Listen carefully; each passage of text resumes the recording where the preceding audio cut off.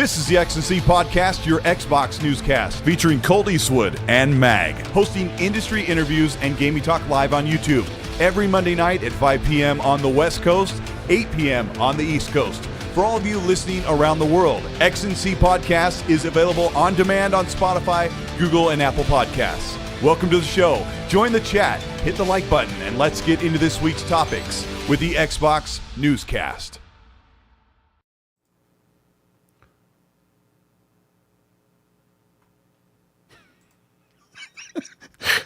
Hi, I'm Colteastwood. I was actually going to come in with a solo overlay, and then I clicked it, and there was no camera feed, and I was like, Gaz is on his way in here. I wanted to get started so you guys weren't waiting, because I thought now would be a good time to just say hi everybody in the chat and do the, give a shout out to the channel members and Patreon veterans that have been supporting the channel. That way, Gaz doesn't have to sit through that on his time is very precious. But welcome to episode 125.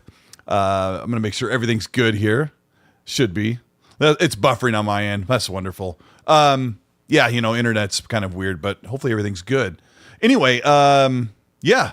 So welcome. I'm going to give a shout out to the channel member Patreons and veterans. It's been updated just yesterday. So there'll be a couple new names in here. Shout out to KY Bob, Assassin Lupa, Jazzy Newtbox, Ricky Felon, Hargeet Chani, Jason Lewan, Lord Senator William Riggs, Farscape, Matt Houston, Zimic, Happy Bomb, Decatron, Matt Burns, William Lanza, Udana Kizada, Robert Jackson, Dante J. Moody, Debata Max, Dark CMF,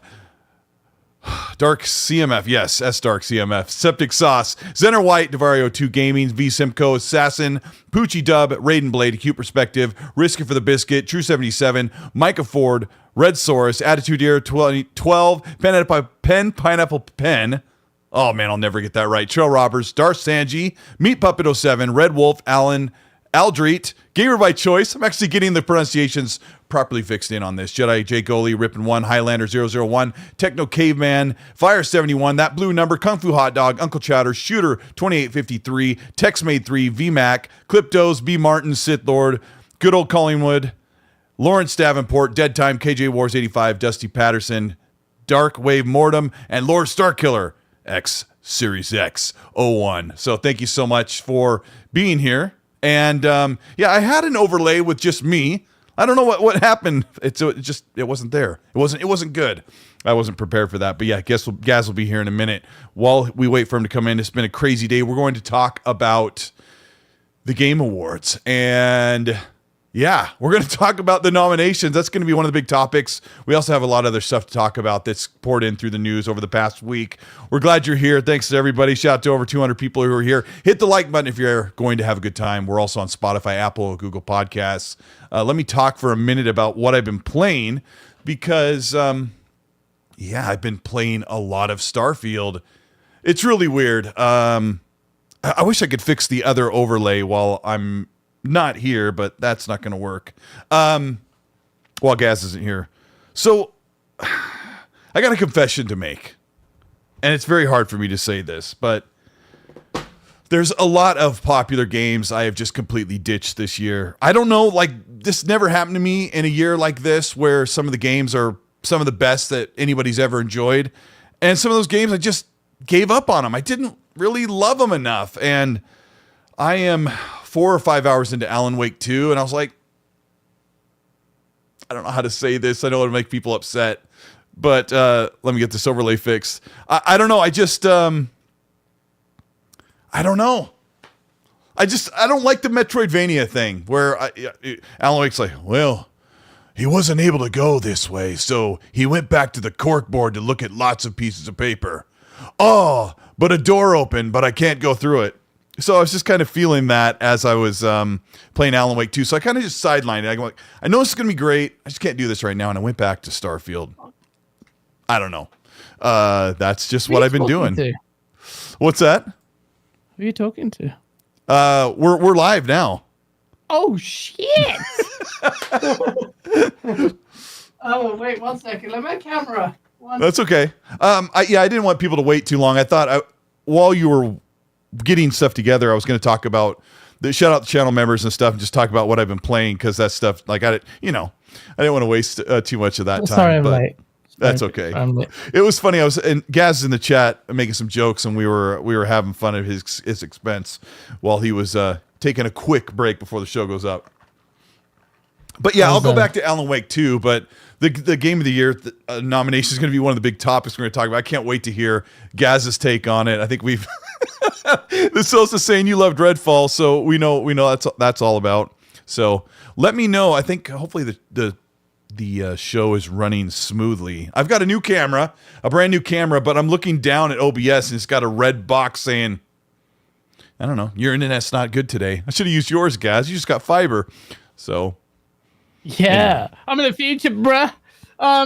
Yes. Is my camera showing up? Because it's not showing up. It's taking forever for me to see what's live on.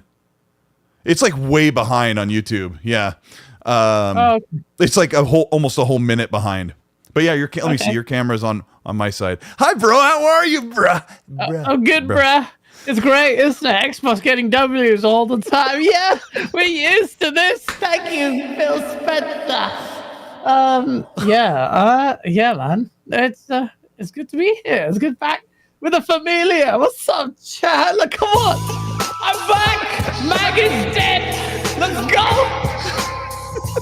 We're gonna get lit. We're gonna get lit. I don't know if my camera. Mag was he saw Metallica last night. Your camera feed just got on the YouTube feed. That's how far behind it is.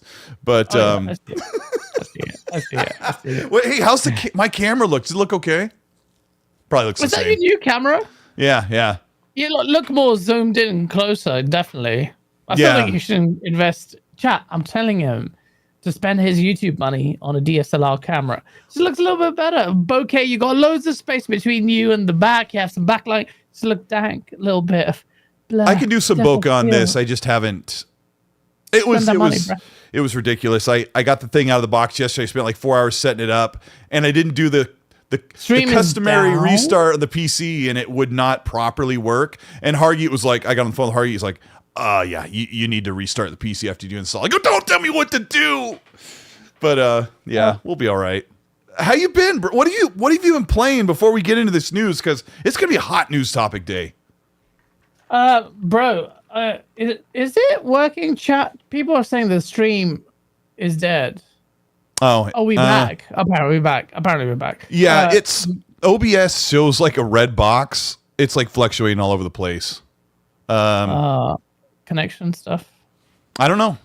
My internet is usually just fine, but you never know. There could be PlayStation guys out there going gnawing on the wires. Who knows? Jim Ryan's got a lot of time now. So sorry, you're asking me what I've been doing. What have you been playing? Yeah. I've been playing quite a bit. I finally finished Hivebusters because I only had like one mission to do. And I'm just looking at that and I'm thinking this can be so much better if you do what I and Cliff Blazinski say we should do with Gears of War. So I was playing that, completed Armored Core. I've been playing Call of Duty and Call of Duty Modern Warfare 3. Didn't expect to be, the reviews are terrible for the game. And despite that, this is the most fun I've had or addicted I've been to COD in ages. Call of Duty Modern Warfare 3 is the worst yet best COD in a long time. It's the worst because it's so lazy. They just threw all the Modern Warfare 2 maps at you. That's it. No new maps, just that's it. But it's amazing because of that reason as well for me, because I love Modern Warfare 2. I played that for days. And to play all the original maps is great. It's just getting used to the weapons and stuff. And I've been playing with J-Rock. J-Rock really introduced me to hardcore, which is something I didn't do that much. But with this game, I've been playing that. And just before I was just came on here, I thought try Zombies. Bro, you need to install that and play Zombies with me. Because Zombies is actually really fun. I like open Zombies. World. Yeah, but this one's like the open world. And it's kind of lit, man. I don't know why... I know why the reviews shouted. Now that Xbox owns it, IGN suddenly decided, oh yeah. Didn't they like score a game that didn't even have single player higher than this? I IGN's reviews suck, really, for the most part, so I don't really take them seriously. Did you see that they just reviewed the PlayStation Portal today and gave it an 8 out of 10? It said it was the best way to play games on the go on PlayStation. Nothing surprises me anymore from IGN. What are you talking about? I've had so many different reviews. Like, people reviews are like, this is not all that. ACG's review is really good on it. Not something I'd be interested in. It doesn't look terrible. In fact, now that I've got gig internet, I can. I just realized I was saying that. I've been waiting for years to say that. I've got a gig internet. I can probably use the PlayStation Portal. But yeah, IGN are weird, man. They're so out of touch. I feel they're so out of touch. Just like they're a big force in the space because of history, right? But I don't feel like they're out of touch. I feel like they're just pegged in one place. Pegged would be a good word. Didn't we do this poll before about IGN and whether people cared about IGN or respected IGN? I can do it again. Like, what do you want me to ask? Do you care about IGN's opinion? I mean, yeah. you know what's going to happen. Opinion. Oh, come on, chat. Come on. / reviews. Yeah, I mean, I thought it was funny that Tom Warren from The Verge said that the PlayStation Portal was really like, why? Why did they make this? And then the headline for IGN was like, it's the best way to play. IGN are just becoming useless. To be honest, they've been useless for a while. But apart from some, what was that gentleman who did the racing game reviews? He's really good. Luke Riley, we had him here. You and I had him here. Luke was really cool. IGN's massive organization. There are loads of people there. But generally, IGN is a bloated, kind of out of touch. It could do so much more for gamers than it does now. And it's so out of touch. I feel like I don't really respect IGN. I'll be honest with you. But Luke Riley, definitely, I'll respect. NXG works for him. He can't even take a joke, and now he's such a pony. We all know he's a pony. What happened with him? You made a dripping satirical post about Baldur's Gate, which we could talk about for just a second. The Baldur's Gate devs found an extra 34% of VRAM solution for the Series S, which will also benefit the PlayStation, PC, and Xbox Series X version. And your post was... all I was saying was, look, Series S is not holding back gaming. It's pushing gaming forward. And PlayStation fans issue a mass apology. Breaking news. Obviously, it's just being facetious. The whole thing is just taking the piss. And he's like, oh, this is weird, funny logic. He couldn't help it. And I do these posts to expose these people. Just little tickle, little dynamite inside their anus, and then boom, NXG. And he's done it twice. First, it was my AI post. He's very against AI. And then I'm like, oh, wow, he's really against it. He must be a very creative person to go on this channel. And look at his banner. I'm like, maybe you should use AI. But anyway, he can't take a joke. And he's just like, there's loads of people like that, characters like that. I don't know. Well, he turned around 2 days later and told me that he was joking with his reply, and I'm like, "No, you weren't. No, you weren't. Bro, I should have speed test." Yeah, he's drier than so well a Braverman. But yeah, that's what. But he works for IGN, and he's been a pony for years. Everyone knows it, even though he does tech analysis, like tech breakdown comparisons. He always has his little commentary that gives it away that you are from the stables. He loves galloping. He does love galloping. But what can you do, man? Like, that's it. They're so media biased. People, media biased. Let's talk about what's happening with the Game Awards. What's happening, man? Let's dive right into it because it's the first thing I saw this morning. First of all, I was not expecting Starfield to get it. I expect there's at least 10 games that were Game of the Year material. So I just had a feeling Starfield wasn't going to get lumped in. So what were your thoughts? You were watching as it unfolded? I mean, Starfield, we've been saying, look, Starfield didn't, let's be real, like from Game of the Gen. Hold on real quick. Let me ask you a question. You know this better than me regarding the I don't know if it's YouTube having a problem. I did a speed test and I am getting half of my normal speed. So I'm getting almost 300 up or down, and I'm getting like 9 up instead of 20 is what I have for my internet. So if I do a full...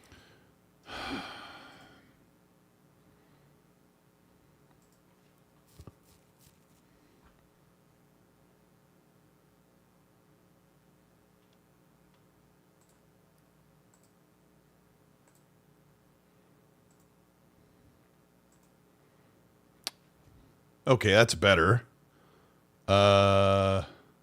Create invite, copy, go to here. Let's see. I mean, I could be on. I could be on. Yeah, I'm on. Like while I'm figuring out. Hello. Yeah. Okay, give me a second. Close this. So there. That's better. I think we'll see how this works. I'll hit refresh. We are back, I guess. Yeah. It's so funny. It's hopefully this works. Yeah. So anyway, what were we saying, guys? Thank you guys so much for coming back. That we appreciate that. What were we saying, guys? Is it working, chat? Are we actually back? From what I'm seeing, yeah, I'm getting the green now. Yeah, it was. Yeah. It's better now? Yep, it's better now. Yeah, we're good. Oh, okay. I went upstairs and my wife's like, it's not even that bad. And I'm like, well, I got Gaz here. I got to hold it to some sort of standard. So. Well, none. Yeah. Oh, yeah, the Game Awards. So what I was asking you was what you thought like when it unleashed. So let's talk about it. Everyone's freaking ticked. Bro, man, like, look, Starfield will win. Xbox didn't get any nominations at all. I've seen this graphic being shared around where it's like the PlayStation Game of the Year nominees, Nintendo, I think, or whatever, and then the Xbox one is just X, but it doesn't show all the games that have been nominated, the Xbox first party games, like Psychonauts. So I'm like, Psychonauts 2 got nominated. I think one of the older Gears got nominated. I know Ori 1 and 2 both got nominated. At least one of them did. And then if you go back, first party stuff that Xbox now owns has been, but they didn't own them under that. But yeah, I mean, it's a harsh graphic to look at. Gaz is talking about like a vertical graphic where there's just nothing but red X's under Xbox that they've never. The graphic used to be one that they won. It was like Game of the Year wins. It wasn't nominations. And someone modified it for nominations because PlayStation has only won a few times. So yeah, Donnie says you can see hoof prints all over that graphic. Yeah, you definitely can. It isn't accurate, but ultimately, the general message should be like, or the general intention should be that Xbox should get a lot more frequent nominees there. And I'm not overly worried in that regard. Look, Starfield is a miss in terms of the Game of the Year conversation. It was supposed to be Game of the Gen, and we all fell for the hype. So did I. And in my review, I said it didn't reach those heights, and it didn't. And this year was a very busy year. But I have some issues with the nominations, man. Like, I just Let's hear it. Like, okay, Resident Evil 4 is a great game, yeah, and the remake is a great game. But a remake getting in there, especially in a busy, packed year when you had so many new games, like, really, Resident Evil 4 remake, I just feel like, that should make way for some other games, either Ironwood Core or Hi-Fi Rush. But I don't know, that doesn't sit well with me. If you're going to get remakes in there, they're just kind of, it's kind of encouraging even more the lack of creativity, because you're just giving awards to games we've already had. Yeah, okay, it's great. I'm not saying Resident Evil 4 remake is bad, but plus I enjoy Dead Space remake more. But I just don't feel like those. I just feel like that shouldn't be there, man. I don't know why, man. But remakes is just a slippery slope, and then you're just going to encourage more developers potentially if they care about this stuff. Well, the remakes are lucrative for a lot of publishers. Will look into those as well, and they're winning awards. So I don't know, man. I feel like Hi-Fi Rush should got a lot more recognition. I think Xbox. It only got art direction nomination, I think. You got a couple, I think. And audio, I think, as well. Music, maybe, as well. But, Hi-Fi Rush should have got something, man. But, it was a busy year. Sony was saved by freaking Spider-Man, like, which, my opinions on that game. So it's like, really? Like, I don't know. It just, some of the stuff doesn't make sense as well. Like, Best RPG, why is the in there? Lies of P, like, Really? Her RPG? Yeah, that makes no sense. Am I missing something here? I played as I just don't think of those as RPGs. They already have their own cemented genre as Souls games. Like, why not just call them Souls games? The footage is going to be playing in the background while Gaz and I talk are basically the games that I recorded this year. So you kind of get a look at those games as Gaz and I talk about them. So Liza P was kind of weird one. What else was Spoderman? Spoderman. Bro, I gotta make fun of this. They have a best performance category, and the second most disliked character in Spider-Man 2, Peter Parker, got the nomination for best performance when everyone knows that Miles was the favorite in the entire game and he put up a great performance. And they gave that Urenthal or Urenthal, that guy? That guy got the nod? And not the guy that did. I don't even know who did Miles. So yeah, I don't know. Played it. Can you think I was? Like, this footage of yours of Starfield is amazing, by the way. What kit are you wearing? The Crimson Fleet stuff. Yeah, that's the Strikers outfit. They are a outlaw gang in neon. So it's like a cyberpunk outfit. Yeah, it's very, very cool. I don't remember. Did you watch this clip I shared on Twitter? This is like my murder, like my $300,000 murder. Huh? Yeah, you piece of crap. I'm Crimson Fleet, so I'm going to take you back. I need to get back into this. There's so many good games, man. There's so many good games. I put like 50 hours into it this past 2 weeks, probably. That's crazy. I know you've been on that for a while. So how do you think it holds up? You played it more than a lot of other people.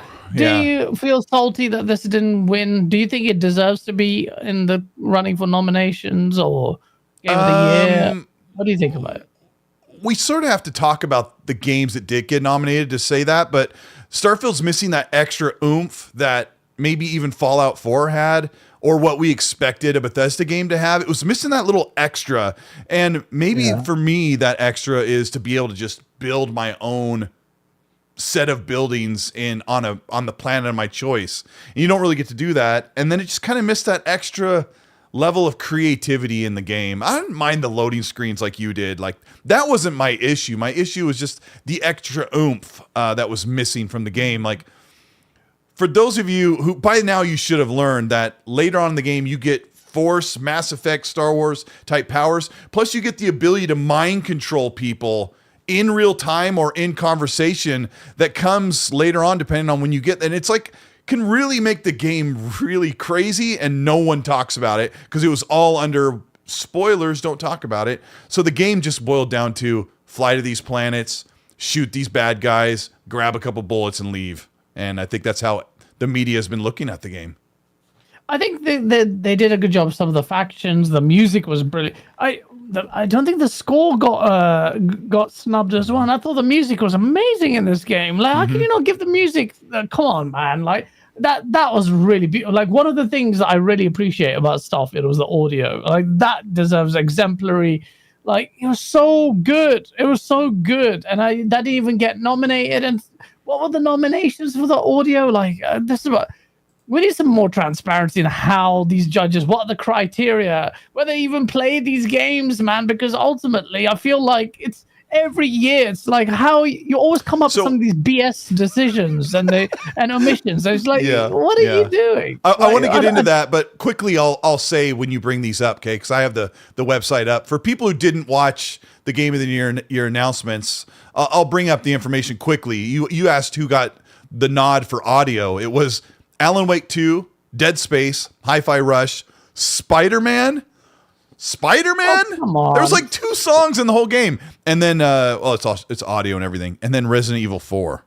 I mean, Starfield deserved that, man. Like that's a snub. It was such good, iconic music. Felt so good, just navigating the planets as well, exploring. You've got this like nice subtle game has done. Well, it's the audio design as well, guys. Like when you're in your ship, you have the hum and the whirl of the ship. When you're out on a planet, you can hear the creatures and then like you can hear like the sound of the outposts and all this stuff around. Like I don't know. I think you feel like they've been snubbed. Should we get these super chats? By the way, there's quite a few. because we missed I always forget Gaz is an expert at running shows. Kung Fu Hot Dog, who's been a member of 14 months, says, greetings, gents. Glad Starfield was snubbed. It was hyped for nothing. Praying that Mass Effect reboot will be awesome. Moved 4 weeks ago. Tiring. Oh, he moved. Yeah, moving's not fun, man. Thanks for not asking me. Starfield got snubbed? Wow. I think he's... I don't know. Some of the voices we heard today were like, I don't care about that. I don't care about the Game Awards anyway. I don't care. Like that, you know? And they kick a can. Hold on, let me make sure I still got you here. What? Oh, your audio's not there, I think. There it is. There it is. Going so much everything out. I was like, bam. I kind of did this thing like, because I don't have your feed like right in front of me at the second. Grandpa's Barbecue Game Cat, welcome to Early Access. Welcome back, I think it looks like. Sith Lord says, thanks, Sith Lord. He goes, Colt replaced AI Mag with some sexy sauce. Nice. That's it. Oh, my music's gone. My music's gone, damn it. Okay, I was going to play some music, but thank you. It's not working? Yeah. There's some error, something. I love it. Oh, I forgot to open this up. So, yeah, Meat Puppet Waves, thank you for that. Red Wolf has been a channel member for 18 months, says, I have to ask this every November. Do you guys want Commander Shepard to return for Mass Effect 4? He says, P.S. There's only one correct answer.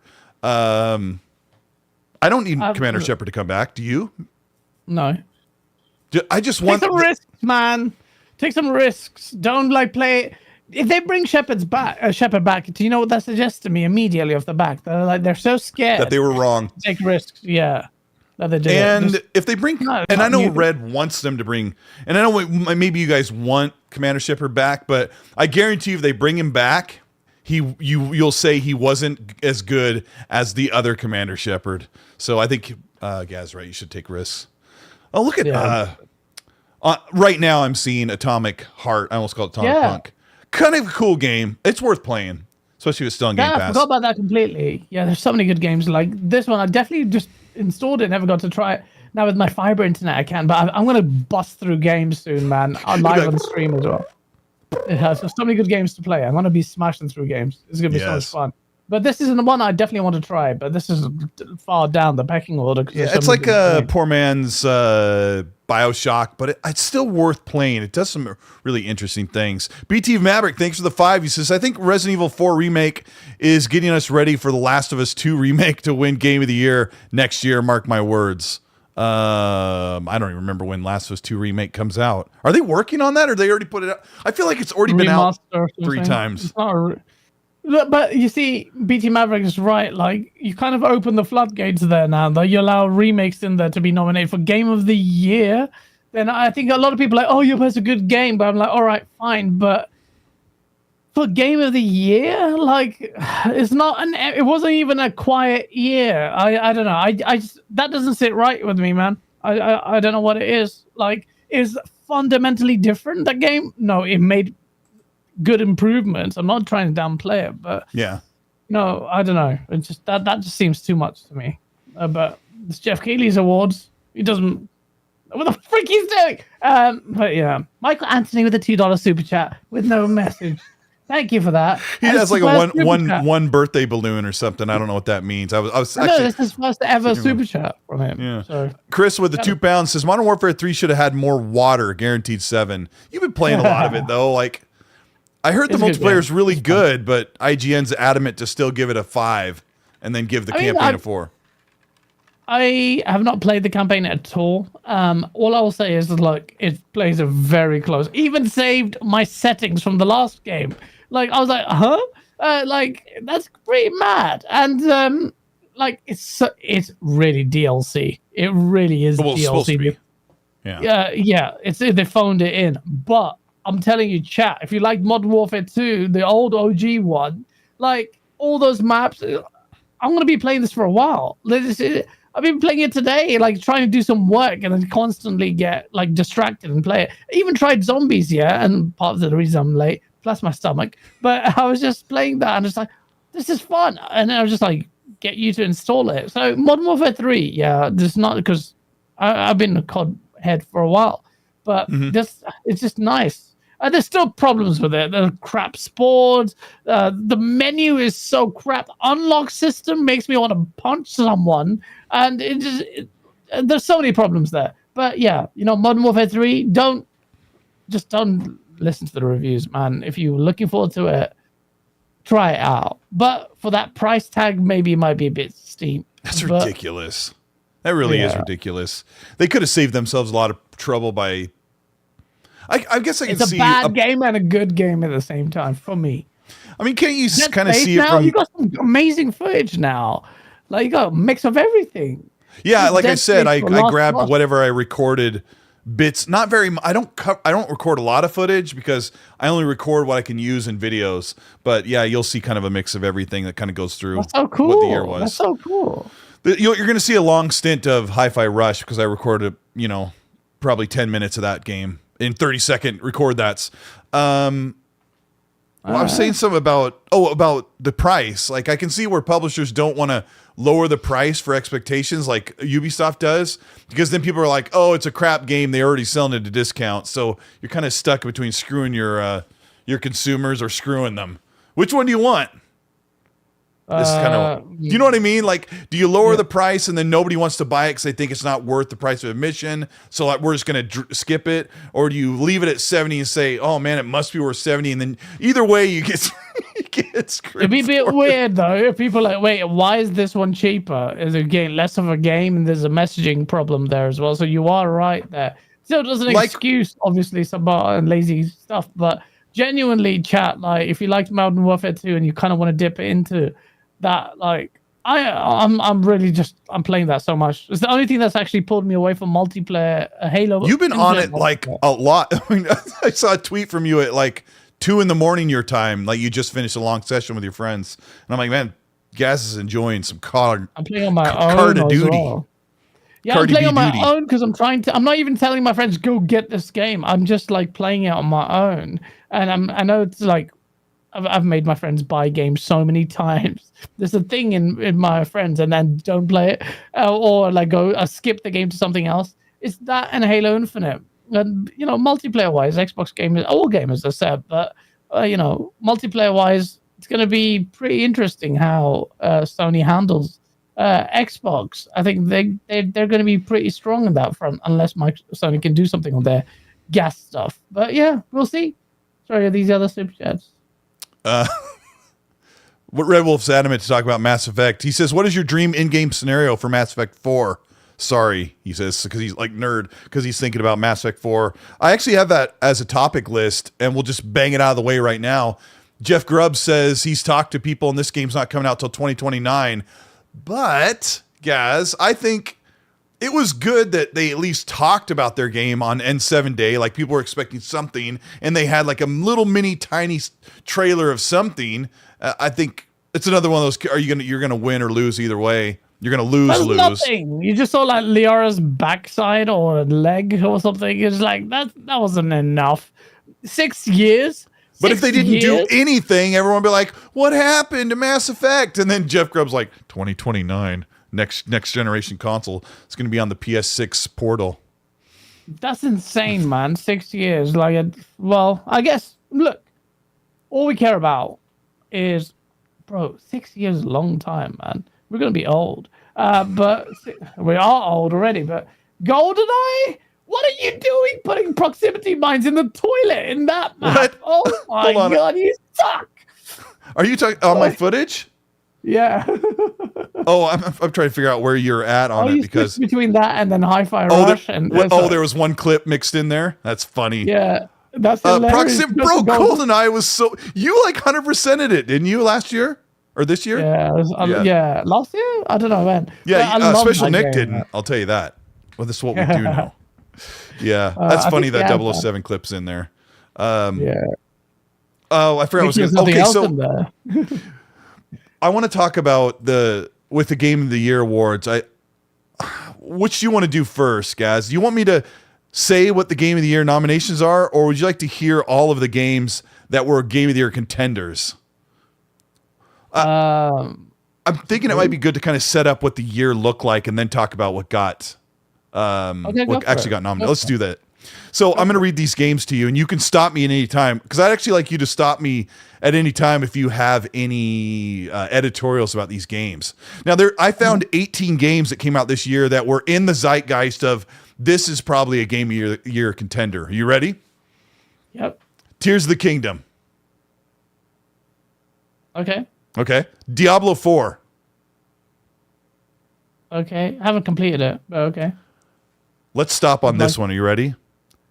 People are out there saying that this game had so much controversy that the mainstream media did not feel like they could give it its flowers. Hogwarts Legacy, that came out in like February, beginning of the year, January, February, beginning of the year. Came out really early. Hogwarts Legacy got completely snubbed. I don't think it got I think it only got one nomination, if anything. Have you played it?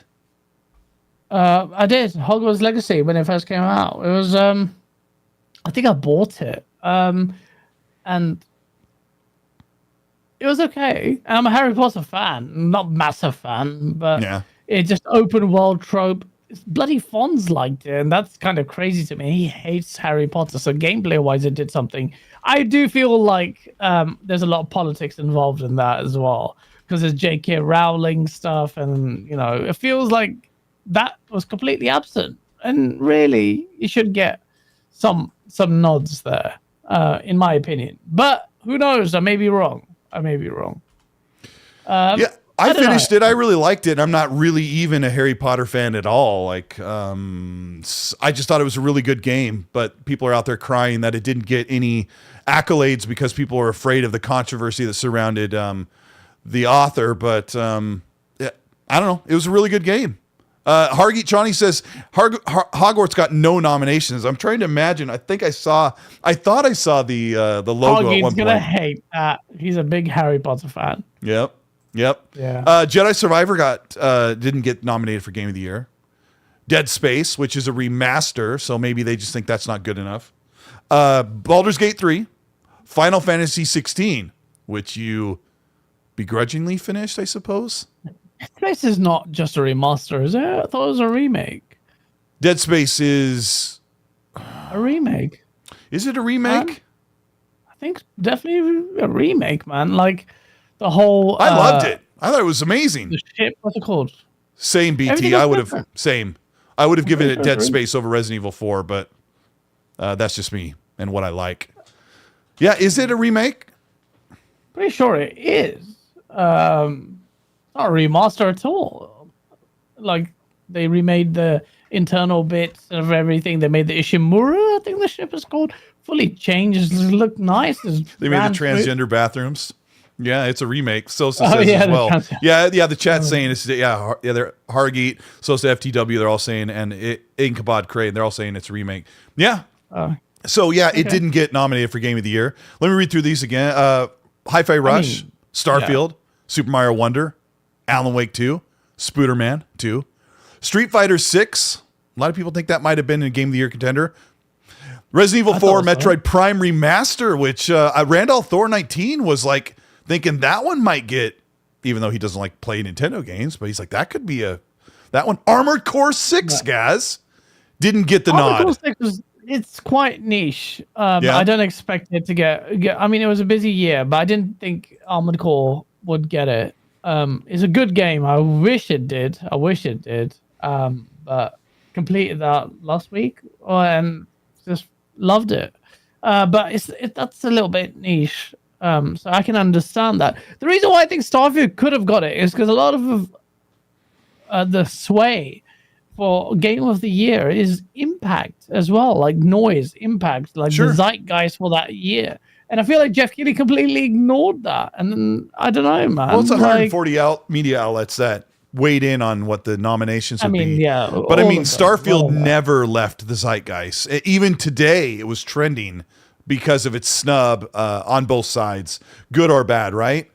But Starfield's always been in the talk, but not always praised. But Starfield and Hi-Fi Rush don't get nominations. That just doesn't sit well with me. Not for Game of the Year. Not for Game of the Year. There was 18. It's not platform specific, but yeah. What I listed out, there's two more: Sea of Stars and then Cocoon, which you say is brilliant. Amazing.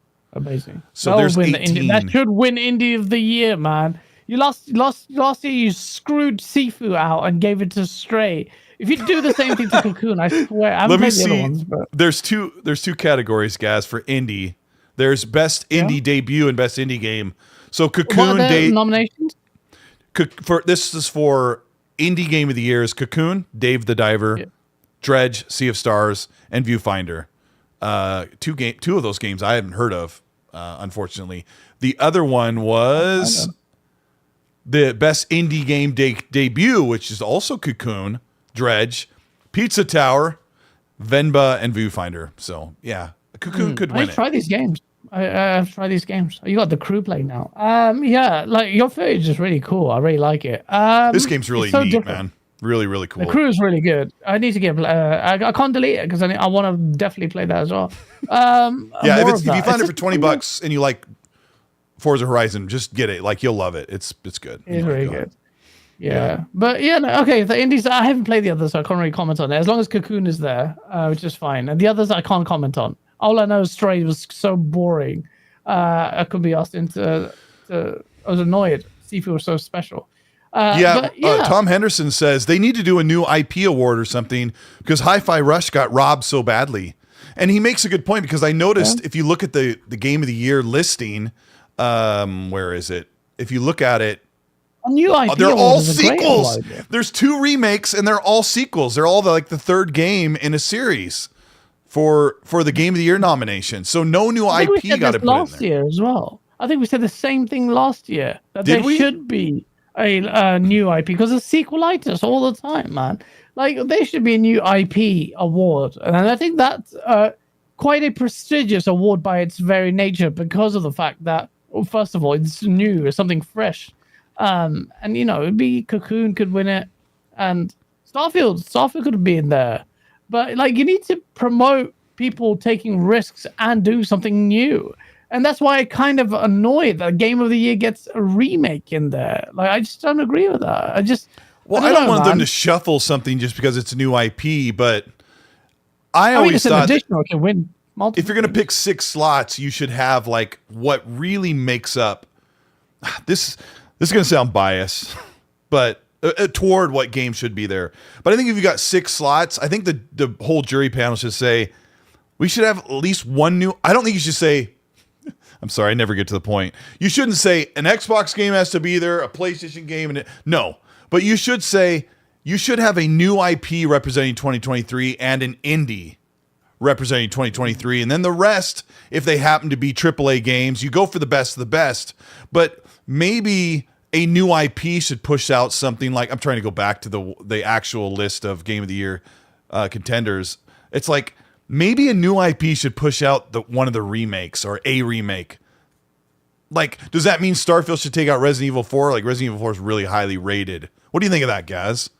That sounds psychotic. People love Resident Evil 4. I mean, I still need to complete that as well, but I don't know, man. This is the thing. It's a lot of it's all subjective. So with this whole idea of us being like, just being really strongly minded, boycott it, Xbox tax, all of it, it's still also very subjective. Like the panel on that's Paris Lily, for God's sake. What does he know about good games? He likes yes! But you know what I mean? Like, it's just like, okay, like every year they do dumb decisions every year without fail. Like, what? I mean, really, Lies of P and RPG, they got best like ongoing content support. They gave it to Destiny in a year where all the community managers got sacked, and I didn't even know what their content is like, and the content's been shit. Numbers have been dropping as best that's ongoing so weird support. because I've heard Halo nothing Infinite from the. should have won. I've heard Halo nothing. Infinite should be in there. Yeah, well, yeah, maybe because actually, this past year I've heard more praise about Halo Infinite than I've heard negativity. But from like some of the ambassadors of Destiny 2, like Paul Tassi and Destin Legary, who like really know the ins and outs, they've done nothing but complain with their community about Destiny 2's state, and then it gets the nod for best support. Really? I mean, I'm sure even they're laughing. From who? The people have been fired. they haven't got content. It's been on a downward trend. They're losing numbers and like best support.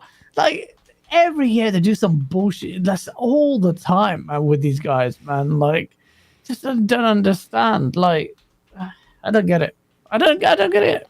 Yeah, I don't know. How do you I'm not trying to get Starfield in there because, like I said, I've had complaints about it since I reviewed it and since before I was. I'm not salty about Starfield not getting either. A game of the year. What about I've said this before.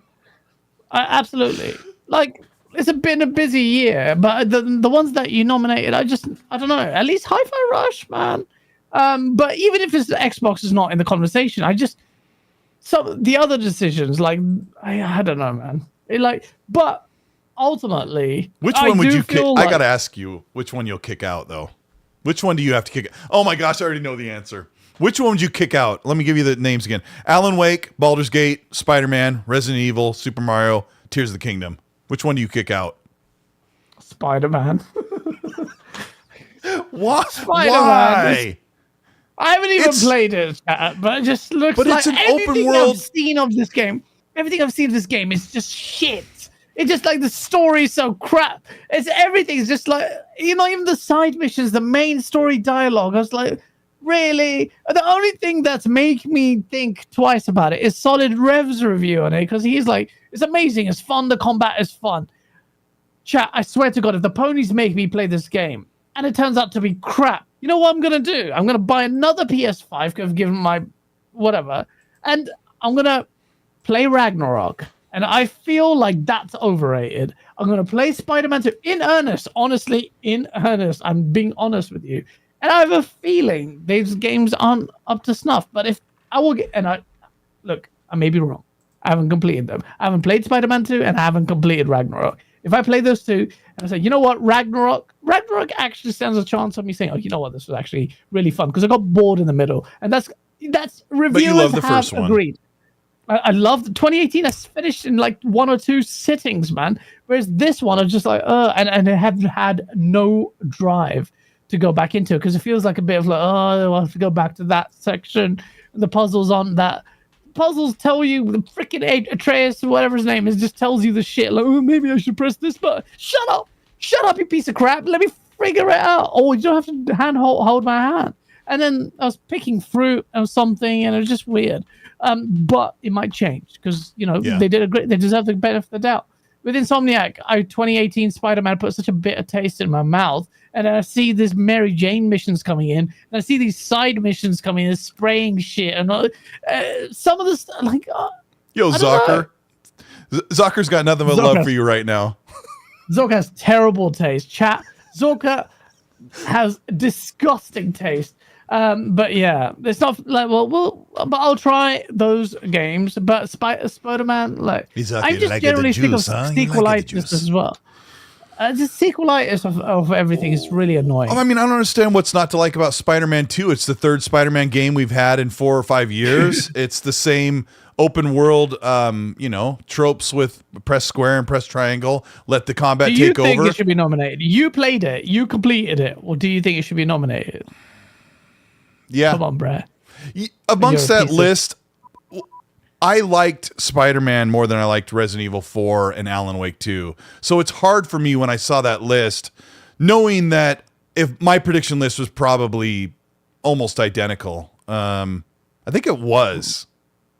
And not like, oh, look at me, I got it spot on. Like, it wasn't that hard. When you look at Alan Wake, Baldur's Gate, Spider-Man, like, yeah. You hate Alan Wake. I do not like it. I'm sorry. I'll try and go back to it. I actually wish that one of my good friends would just come over and sit with me and say, Colt, you need to go over there. Like, what were you didn't realize you just need to go over here? Oh, okay. So I just need somebody to do that once in a while because sometimes I'll be stuck in the same 2 hallways for 10 minutes and I'm sitting there with ADD going, who likes this stuff? And then I go play something else. Man. I'm sorry. It's my fault. It's not your fault. Well, it might be. Yeah, Zorko's like, it's a Remedy game. They've not made a good game in a while. And it's just like, oh, Spider-Man. Zorko's such... Yes, be nice to Zocker, man. He doesn't like Batman or Dune. Did you lose your mic when you tried to push a button? Yeah, you did. Okay. I know Gaz so well, and I know he'll go and pull a switch and be back, but he's like muting himself. I don't even remember what we were talking about, but I got to ask you about Mighty Keith's take when you get your mic back on, because he had a very concerning tweet about the game of the years. So Mike Keith is a pony piece of Listen, we know he is a pony, and he just tries to be like, I'm not. And he's like, what was this tweet? Let me pull it out. This Mighty Keith's tweet. Let's see what he's saying. Mighty Keith. There it is.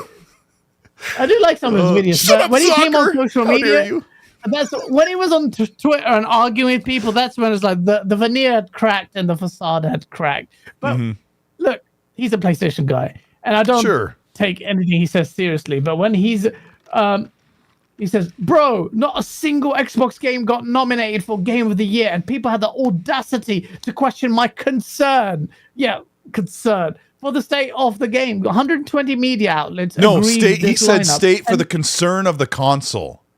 Like, he's saying that Starfield didn't get nominated this year after all this big hype for the biggest game from Xbox, and he's concerned for the state of the console. Go ahead, guess. Keep going. And 120 media outlets agreed this lineup, and not a single game. This is very concerning. To whom? To you? Does that stop Starfield from being a bad game? Does this stop Hi-Fi Rush from being a critically lauded game? Like, what are we doing? Like, his concern is his concern troll. That's what he is. There you go. There you go. Through and through. He's through and through. We know it, Keith. Don't even try it. Don't even try it. Starfield, and then he says Starfield not even being nominated is legit wild to me. Why is it wild to you? If the game is good, then it should be nominated, right? Why is it wild to you? Is it because a terrible game not being nominated? By your own admission, you are saying. Right. But he says, I figured popularity alone would get it there. Why is it popular? Why is it popular? Is it a terrible game that is popular? What's going on? Like, look at everything's based on Metacritic, okay? There's OpenCritic and other reviews as well. And generally, it's still okay. Hold on. It's still at 83 with Ghost of Tsushima got 80. It's an 85 in OpenCritic, and it's an 83 on Xbox. Like, even overall, the game's at 85 next to Spider-Man's 91. It's not in the dumpster compared to some of the best games, but Spider-Man's a 91 on OpenCritic, 90 on PS5, right? Too high. There are games on this Game of the Year list that are above a 90. So, and me explaining 18 games that I called out that are high 80s to low 90s, 18 games this year, like, people have been saying 2023 is insane. Like, you have to be. Who is shocked? No one is shocked. The narrative was, if Starfield got nominated, Punch was saying, Jeff Keighley is just doing this because something else is going to get snubbed. It's like trying to pander to Xbox. But we're here. There's a concern troll. It's a bullshit concern troll post. And Mighty Keith, don't know why he pretends to be like not the pony he plays in his skits. I get it. It's satire. I know that. Like Cal says, he's done Xbox favorite skits. I've seen the Xbox ones where he's like, I'm Phil Spencer. I'm buying Activision Blizzard. And then like Pony's like, oh no. And he does those, and he probably goes, oh man, that got like 25% of the views of my PlayStation ones. Guess I'm going back to being a pony. If he walks, he's funny though. I think he's funny, but you're just I'm not having a go at him. Like you say stuff that cracks me up. All for the console war, all in good fun. And people get mad, right? So I don't get mad at Mighty Keith's takes. Content. But me too. But to say I'm concerned about the state of the console, it's like, no, you're not. It's console war. He's console concerned trolling there. Like, there's no. Look, I don't know why you're concerned about the state. Why, the award show?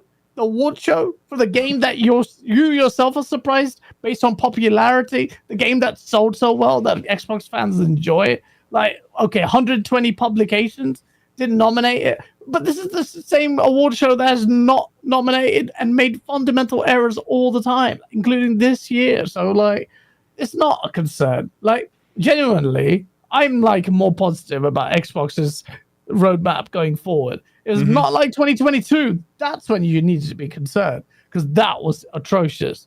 going forward, you do look at the look at the timeline, and look at the roadmap, and it's like, are we saying it may not, but Hellblade 2 looks like very promising and already a potential prospect for Game of the Year potentially. We need to see more of it. Fine, I admit it, but on paper, that Avowed, Clockwork, there's so many games there that there are 20 for Xbox and 10 for PlayStation Fable that have been announced, and out of the 20 for Xbox, like 18 of them are like going to be really, really good. And there's a couple question marks in there, and pick and choose which ones are your question marks. But PlayStation's 10 games, like, I don't know how Helldivers 2 and how Concord will do. We don't know how Fair Games will do. We can guess, and every side will guess. What I do want to kind of, for those multiplayer games to get Game of the Year, by the way, ponies. You're going to figure that out yourself. Unless you're Overwatch. And Overwatch was an outlier, and it deserved it, by the way. Everyone's like, Uncharted 4. No, shut up. Overwatch deserved that. But yeah, man, like, okay, now you got Resident Evil 4 footage playing as well. You have to hit refresh. I'm like 7 minutes ahead of you when I hit refresh, or I hit the live button. YouTube been doing this once in a while. Does it when I'm watching your show too. It's come on, YouTube. Yeah, I mean, look. Unknown says 10. I can't even name 4. I made a graphic, and it's I couldn't name more than 4. But Factions I put back on the list since the producer goes, I'm working on it. While they're playing ping pong, I'm still working on it. Working on Factions. It's gonna be hard, PlayStation Pony guys. I'm not saying that you want to have. The one game I am looking forward to is Wolverine, and that is apparently a 2024 release, which would surprise me. But then it's Insomniac, bro. Like, I don't know how likely that is going to come out 2024. Do we really think that's going to come out 2024? People I've talked to are thinking it's probably 2025. 2024 is kind of weird. Like, you just put out a huge sequel for Spider-Man with a whole other second map the size of the first one. I just don't think that, that Wolverine's coming out in 2024. It's probably 2025, but whatever. I mean, that's a game still really that I can't. I've been reading the comics. That's gonna be Insomniac's first time actually rendering blood. What's this red stuff? Apparently, there was some violence in it, and then people sent me clips, and I thought, that's your violence. But yeah, no, Wolverine will be mature. They've already said it. So I was concerned it was in the same universe. I thought, this is gonna be crap. Spider-Man's universe with a stupid, crappy dialogue, but they're apparently still maintaining it, same narrative, whatever. But yeah, I'm looking forward to it. Like, that is one good game, but generally, if you're an Xbox fan, you get snubbed by the award shows of the Keeleys. It's like, okay, like, look, I'm not trying to downplay it though, because I do think that there's a value to these. Like, one thing is abundantly clear: the Game Awards, no matter how much people say it doesn't matter in terms of who cares? Who cares? A lot of people care. Microsoft care. Phil Spencer care, Xbox care. They announced it. They published it. Phil Spencer came out and said, like, congratulations to the teams. It is the most prestigious gaming award show. Yeah. So absolutely, it matters. In that sense, it matters. Yes, it's flawed. Yeah, ultimately, it shouldn't affect your enjoyment of a game. Jeff knows it's flawed. Like, he's tried so hard to make it as fair as possible, and it's probably an impossible thing to reach, but the award show is really not for us, other than watching. Jeff makes it for us by bringing reveals and announcements, but the awards are for the people who get to walk up on stage. They're for the studios and the platforms. It is for us, man. Like, we've been talking about the Game Awards for weeks. We were waiting for this the weeks. Did I need Red Dead Redemption 2 to get Game of the Year in 2018 to change the way I feel about it? Like, I liked God of War, but I loved Red Dead 2. Yeah, I remember.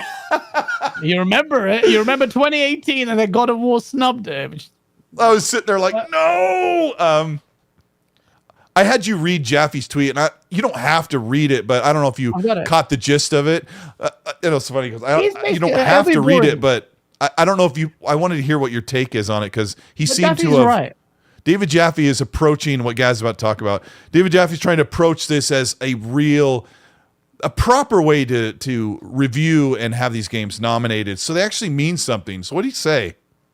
I mean, who decides what's the proper way or not? But he had like these 3 points. He goes, get all the games to. This is quite funny. He goes, get all the games to the nominating committees digitally and set up a system so you can see if whether the person has actually at least played 50% of the game. That's pretty crazy. He's basically suggesting that these guys don't even play the game. And do you think all those journalists played like even a major portion of Baldur's Gate 3? Anyway, go ahead. It's funny. That's a good question. I would love to know how much of those 130 people actually completed Baldur's Gate. And if Baldur's Gate is pretty much a shoe-in for winning. Zucker said it's like a 300-hour game, so you have to at least get into a certain point where you know. Have they made 50% of it? If Baldur's Gate wins, are we saying that 130%, 130 of those people, how many people, are we saying at least, have they completed 50% of the game? The people who voted for it, who vote for Baldur's Gate, are we going to say even 50% of them have played 50% of Baldur's Gate? And I'll be very surprised. But maybe I may be wrong. You never know. Point number 2 is he says hire 5 people, find a specific type of game, and have them play the fringe stuff more that most people will miss. They can then each force a game into the digital games shared nominating committee. So, and then number 3, he goes, stop right there. I mean, that's assuming that any outlet has more than one person involved in the review process. More than likely, like IGN gets like 15 copies of a game for review, and they leave it up to one person. And of course, they may talk to each other, like talk to Dan Stapleton, talking to Dan Stapleton talks to Stella, and Stella's like, I think it's going to do terrible because I was talking to Dan, but I can't say so. But I think most times Jimmy is going to be the one that reviews the game, and nobody else pitches in their ideas or thoughts, at least not officially. Yeah. I don't know. And then number 3 is like make the categories. I think this is almost unanimous. Everyone will agree with this one. Make the categories clear. The fact that he said the Game Awards had directing and design in the same category is not only nonsensical, but actually insulting. The fact that art direction on the Game Awards used this to determine the nominees for outstanding creative and technical achievement in artistic design and animation is insane. There are literally 4 different categories there. Each totally unique from each other. So why have you lumped them into one single category? And yeah, he's fair enough. The categorization and some of the elections there are absolutely balmy. And they're consistently out of touch in some of these decisions. So, Jeff Keighley needs to hire some people and have a maybe consultation with some people on the adequacy of these. Look, as hard as we are on Keighley, and I do think there are fundamental problems with this award system, with this lack of insight or set criteria, which I talked about last year, about what wins. Despite that, the Game Awards still has that prestige. It still has that weight. And it's something that we always look forward to, despite the Xbox tax. So, he's doing something right, but there's definitely room for improvement. Yeah, it's easy for us to stand on the outside and say they should do this, and then it would take a lot of work to implement those ideas, right? To have fundamental change. Do you believe experience? Yeah. Do I believe what? Do you believe the Xbox tax? Do you believe with all of your fervent heart that the Xbox tax is real? Yes. 100%. Really? How much is the Xbox tax? What is the tax on the people? I don't know what the tax. I can't quantify the value of the tax and how it does. But when you get out of 100 points, out of 100, how much does the Xbox tax lower a possible 100 rated game? Xbox tax doesn't necessarily work in that. Well, I say that, and then I'm reminded of the Metro's review of Hi-Fi Rush, where they said this game. I'm gonna ask the audience while you talk about this. Yeah, I don't know, man. Like, look, me and my friends used to argue about this all the time. I'm like, shut up. There's no media bias. There's like blah blah blah blah blah. And until recently, I find it very, very difficult to maintain that position. They're like, well, look at this, guys. Look at what Metro said. Look at this. You think you got freaking GameSpot absolutely aggressively just trying to throw it 7 out of 10 constantly on Twitter, like incessantly. We gave it 7 out of 10. We gave it because IGN was getting all the traffic and GameSpot desperate for that. And then these guys take the piss, and Dan Stapleton wearing his freaking God of War outfit, and then gives freaking Duke Nukem Forever an 8, and then it's like with that little baby axe, it was like this big. And then even before IGN's review, you got some of the IGN guys going, you better give it a 5 max score because, and you know, we're human ultimately. After all, PlayStation has built its image and through, you know, successes from critical success and whatnot, and it's built an environment and fostered an environment within these critics, shall we say? And then, you know, they've built that. You know, people, ponies, if you're watching this, do you think there's a Nintendo bias? Say yes or no. Be honest with yourself, because I see a lot. Always they say pro Nintendo bias, like all the time. I hear Zelda 97. Oh, they shouldn't be this high. Well, thanks to our friend Hargi Chani, this generation, the Nintendo first party games sits at an 80% when PlayStation, Xbox were at like 82. So, but ultimately, though, I will say, despite the bias, Xbox still, it's not so criminal to the point where Xbox is being completely relegated, like this massive unjust like thing is happening. Xbox just needs to do better, and ultimately it is doing better. Yes, Starfield isn't where it needed to be.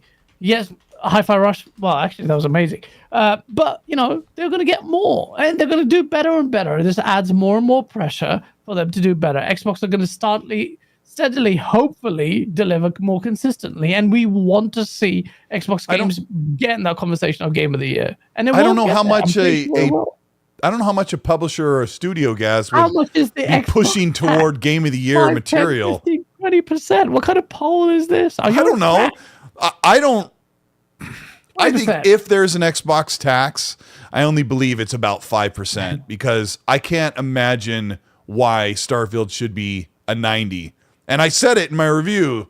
Well, I didn't say those numbers. I said it the next week on the podcast that there were things that kept it from being a 90. It's really great. Like I would probably give it a high 80, like an 88 or something like that, which I didn't give it an official score. But I don't really believe in an Xbox tax, but I do believe there is maybe a 5% ding when it comes to review scores. But as far as Game of the Year nominations, if you look back the past 5 or 8 years, Xbox's biggest, best, and brightest games have been Forza Horizon and Ori. Forza Horizon got mugged as well. Besides Flight Sim and Psychonauts 2 are really, really, really great games. Like, I know people don't love Flight Sim, but it's brilliant. There have been some great games. You even asked me, like, did Gears 5 get the nod? And I'm like, I don't think it did. And I think it was amazing. It didn't get nominated. It had a higher meta score, and a lower meta score got nominated over it. And it's just like, right. Ghost of Tsushima? Ghost of Tsushima, is that what you're talking about? Yeah. An 83? Yeah, lost to an 85 Gears. Yeah. Xbox tax. Jeff Keighley loves Hideo Kojima. He worships him. And Death Stranding, an 82 meta. 82 meta gets nominated. Yeah. I'm sorry. Like, okay. But now Mighty Keith has no concerns because he got nominated despite the 82, right? Like, this is the problem with it. Like, there are flaws there. Like, everyone's looking at it. Xbox failed. I think Starfield is a massive success for Xbox. I think people really love Starfield. Yeah, in many ways, it may not be the zeitgeist it is now, but Starfield also has a very possibly beautiful trajectory going forward with content and mod support that could transform the game tremendously as well, because it has all the foundations there. So, like, how it needed relevant it is like that? a couple weeks ago. So much nuance big here. Time. Yeah. Who was this? Wixby in the chat says, what is this poll? What's the Xbox tax? Xbox tax is a colloquialism for Xbox getting dinged 5 to 10% or 5 to 10 points out of 100 because it's an Xbox game, which I can't really subscribe and get behind this concept that that publishers or that media outlets will go, oh, it's an Xbox first party game. I would give it a 90, but I'll give it an 85. You never know, man. You never know. I've seen some people. What's that Games Radar chap? I've been keeping an eye on him and his racer bias for ages. You mean Games Riot? Yeah, no, Games Radar. And the racer. But we have had fun with Riot for years. Games Riot, I don't really remember. But yes, you do. You sent me you remember the guy, the black and white picture? Like we've been having a good run at him. Games Riot, the guy he loves Gran Turismo. Oh, him. Oh, he's so God. You're like, Colt, check this guy out. Yeah. Yeah. Someone in the chat, what they say? Ruby Wolf says there's no such thing as an Xbox tax. You either make good games and people like them and recognize them, or you make them crap and people recognize them as crap. And I just think that's a very simplistic approach of things, and that's not how it works in practice. They're not crap. Xbox tax or not, it doesn't have that much of a bearing on the Game Awards, because ultimately Xbox just need to do better. But they're just like right there. They did well this year. Yeah, they're there. They're there. This is the thing. Look, there's no mass injustice that happened. I'm sorry, I just don't feel that mass injustice. I saw someone clip Boom's show, and it's like, what? This is fantasy. And I'm like, not really, Boom. I don't think it's that bad. Okay, yeah, you're disappointed. Fine. But, Xbox will have its time. Like, and it'll be next year. The Starfield doesn't... quote, next year. Starfield doesn't wash over me the Xbox way that blocker effect. What? Sorry, I'm not looking at the chat at this very moment, but Starfield doesn't wash over me the way that some other games that really, arrested me and won me over. And I know that when I didn't play Baldur's Gate, but I know the people like Fonz and Zocker, even though he has no taste, we love him. People like a game like Baldur's Gate, they just can't stop saying how amazing it is. I'll be in our chat talking about how much I love Starfield, and then the next minute I'll be like, I can't stand that they don't do this. This is so lame. So Xbox games are like so close where they need to have that extra water brimming over the edge that washes over people, and it has to be in the majority, is what Gaz is saying. That's how I take what you're saying. Let me read a couple supers before we move forward. Let's do that. Abdel, member for 3 months, says, what up, modern fudges? Well, today they announced a Willy Wonka console, and I'm like, Xbox, stop doing deals and make some games. Starfield's still my game of the year, he says. Xbox future looking brighter than ever. Bethesda, Activision Blizzard, Fable, Perfect Dark, we already won. And he's got the little emoji with the tongue sticking out. Gamers are winning. Like Xbox gamers, you have nothing to worry about. Yeah. Maxi came in. Not to be concerned like Mighty Keith. He's so concerned. Shut the I'm so concerned with the console. Console's doing fine. It doesn't have any power, but it's doing fine. Shut up. So dumb because I'm concerned with the console. I'm like, where have you been for 10 years, Mighty Keith? Like, Xbox is making games for their PC platform.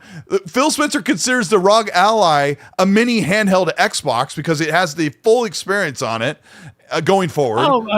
I mean, I don't think he's fixating on the console. He said, I'm concerned for the state of the console. It's like, bro, it's so much more than that. If he's talking just the box, that's even stupider, the tweet. He's not. That's all he can see. That's all these people can see. And like these PlayStation fanboys do it all the time because they're so fixated on PlayStation console sales and Xbox console sales. Well, the whole time Yoshida's telling them it's not about the console sales, it's about users. And now both sides won't even count users, but we'll get into that another time. Maxi Coleman says, thank you for the ARS 50. He says, I don't care about IGN, but why does Xbox give them the ID at Xbox show? Phil gave them interviews one-on-one. Xbox have to drop the support to the Game Awards and IGN. I disagree, Maxi. Yeah. But these are the people you need to start swaying as well, because if you've converted the rest, then you have to convert the dissenters, right? And the Video Game Awards does have a lot of pull. IGN is the biggest publication out there. So you have to do it. Like, why would you preach to the converted anyway? Like, you need to go out there and make effort. It's going to take a long time to win over IGN because, I mean, they sent this last week or 3 days ago, PlayStation sent them like pallets of PlayStation hardware, PS5 Slims, PlayStation Portals, PlayStation Move controllers you to see the sit full on. review? Says it all, right? But whatever. Hoggy, being a member for 28, I'm doing your job for you. The game of the year How are you doing list was exactly what I predicted, except Resident Evil 4 instead of an indie. Expected Starfield in the best RPG. Disappointed no Halo in community support. I do agree with you, Hoggy. I think Halo, like, considering where it was and where it is now, and how the community, in fact, community itself has boldened and made Halo better. Like, how much more community support? Not only has it got community support, it's got support from this new team, from Pierre, who's rolled out great content, loads of maps, and they're leveraging the content that the community have helped create, working alongside them. That's the definition of community support to me. And you put Destiny 2 in there. It's an absolute Even joke. the developers or ex-developers are laughing at the nomination for that. Come on, man. It's a joke. That's so dumb. Like, Udana Kizada drops a 5 and says, Hargy is right. Halo should be on the community support. Forge, the comeback, Halo HCS is amazing. Yeah, HCS. Halo community support is amazing and a good fan experience with actual voice actors present. Listen, you're right. Like, how vocal was I? I mean, you don't have to even remind people, but I've been vocal about Halo, against Halo at all angles. And it's there, bro. I play it every day. Every day, there's something for everyone there. And we haven't even seen the new firefight mode. They've got Forge-made firefight modes that we talked about last time. It was so much fun that you introduced it. And that is nothing. When they introduce their own Forge mode, it's going to be incredible. In fact, the player community made for Battle Royale mode had like some crazy number of players. I tweeted about it today. And like, by the way, you didn't want Battle Royale, didn't you? Yeah, people want Halo Battle Royale. I said it for time. You guys came at Dr. Disrespect and everything. Battle Royale and Halo are made for each other, and then certain Affinity or whatever they're called. I agree. They make that. It's going to be incredible. But basically, they've done so much with Halo, man. That of all the things, if you want to talk about being snubbed, forget Starfield, forget Hi-Fi Rush, Halo, and community support. That needed to be. I wonder if Pierre and his team thought, oh man, we're going to get the nod this year. And then he sees Bungie. Oh my gosh. Dean Rivera with the $5 super says, a community manager from Bungie that was fired replaced to Destiny's nomination with laughing emojis because it's a complete joke. And I know Tom Warren made fun of this, but it's sad, right? It's Tom sad. Anderson became a member, by the way, in the chat. Yes. Yeah, I was going to name it. I don't know if he's still here, but yeah, welcome to channel membership. And he was on your show. I was so jealous when he was on your show because I bet you guys are having a good time. I was out of town all day and I missed it. No, he's really cool. He's cool. Thank you so much, like Tom. Railroaded, but it was I want to get Tom on, but I have to do the show like in the middle of the day. Like here. Tom is awake now. He can do it. Right. But yeah, Dean Rivera, you're right. The Bungie community manager, former manager, ex-community manager, I think he replied and laughing emojis like, what the flip? It's becoming an industry joke. Oh, that's what he's saying. Like, I read that kind of slightly wrong. Holy crap. Yeah, it's a joke. It's a joke. Yeah, I mean, like I said, I followed Destin and Paul Tassie's tweets, and they tweet a lot about Destiny 2, and they've been upset for over a year. It's definitely during all of 2023. So yeah, I'm sure they were laughing as well today. Danny Passion Visual 2 says Resident Evil 4 as game of the week is better than Red Dead Remake. Game of the GOTW. Game of the, I don't know what he's saying. Red Dead Remake. I don't know, Danny. It's funny. Inkabod Crane, thank you for the $5. Says, with so many 9s and 10s for Starfield, the few outlier reviews like the one from IGN brought Starfield's Metascore down. It deserved to be nominated. According to Death Stranding and Ghost of Tsushima, if we're looking at first party, those games are 82, 83 respectively, and they got nominated. But I think it more comes down to Starfield was missing that extra oomph, and it was a year full of 18 games that probably could have been in that list. Right, guys? I don't know how many you guys think. Maybe. Starfield, look, you want to see... I asked Colteastwood this a few weeks ago. Starfield or Cyberpunk, which one's better? You said Cyberpunk, the new DLC. Yeah. There it is. that shouldn't even be the case. That shouldn't be the case. To match the hype and what we were expecting, that shouldn't be the case. So Starfield, yes, IGN murked it. Yes, whatever. They don't know, whatever, the crap reviews and whatnot. Starfield isn't at the level it should have been, in my opinion. But let's see. Magnum Westwood. Look at this tag team. Gaz, sing us some Breaking the Law from Yakuza and Autotune. Bro, Young got it in the neck. Bro, I'm not going to lie, yeah? Listen, creatives, things are hard, yeah? Absolutely. But, Young, what the flip? Wait. I got to say 3 words before you give your opinion on this. I don't think Yanye's performance was that bad. It just wasn't as amazing as people expected. That's part of it. Go ahead. What's your take on this? Well, I need to really get into the Yakuza games, but the stuff I saw, the song, I was like, like, I know that the game is aimed to be ridiculous, but this was so bad. And I'm like, Yonggi is such a weird fit for this as well. Yonggi was also very critical of other voice actors like Chris Pratt and doing the Mario thing. And here he is blocking everyone because he's so hypersensitive about it. And I get it. You can feel a certain way because the masters are critiquing you. But I think the consensus is genuinely he did a terrible job. So, yeah, Young, listen. Don't listen. I don't give a shit. Anyway, Udani Quasado with the $5 super chat. Why do I start caring about people like Kumbaya? I'm not Paris Lily. Bungie as community award winner. But Paris knows I was taking the piss. Oh no, Udani. Bungie as community award winner. In similar news, Quantum Error voted as studio who best leverages console tech. ABK votes as having best CEO. Lol. Yeah, exactly. Is that how ridiculous it is? God. It's like Bobby Kotick getting Best Employer of the Year award. It's dodgy. And Fantasticals with a great name. I got to read this one, right? Fantasticals, thank you for the 2. He goes, best ongoing shame? Redfall. Absolutely. Yeah.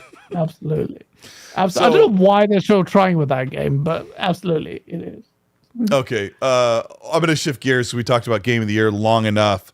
I got to hear your take because this is a subject that I know Gaz is totally keyed on, and we love talking about this. But Alana Pierce said, imagine announcing this year where the games industry's laid off 6,000 people that Microsoft is partnering with a studio called InWorld that is going to be helping making games. She said, I will never play a game that InWorld AI has any part in making. And I got to talk to you, Gaz, about AI in video games. What are the good? What is the bad? What is the dank? And what stuff looks like soccer's face? And go.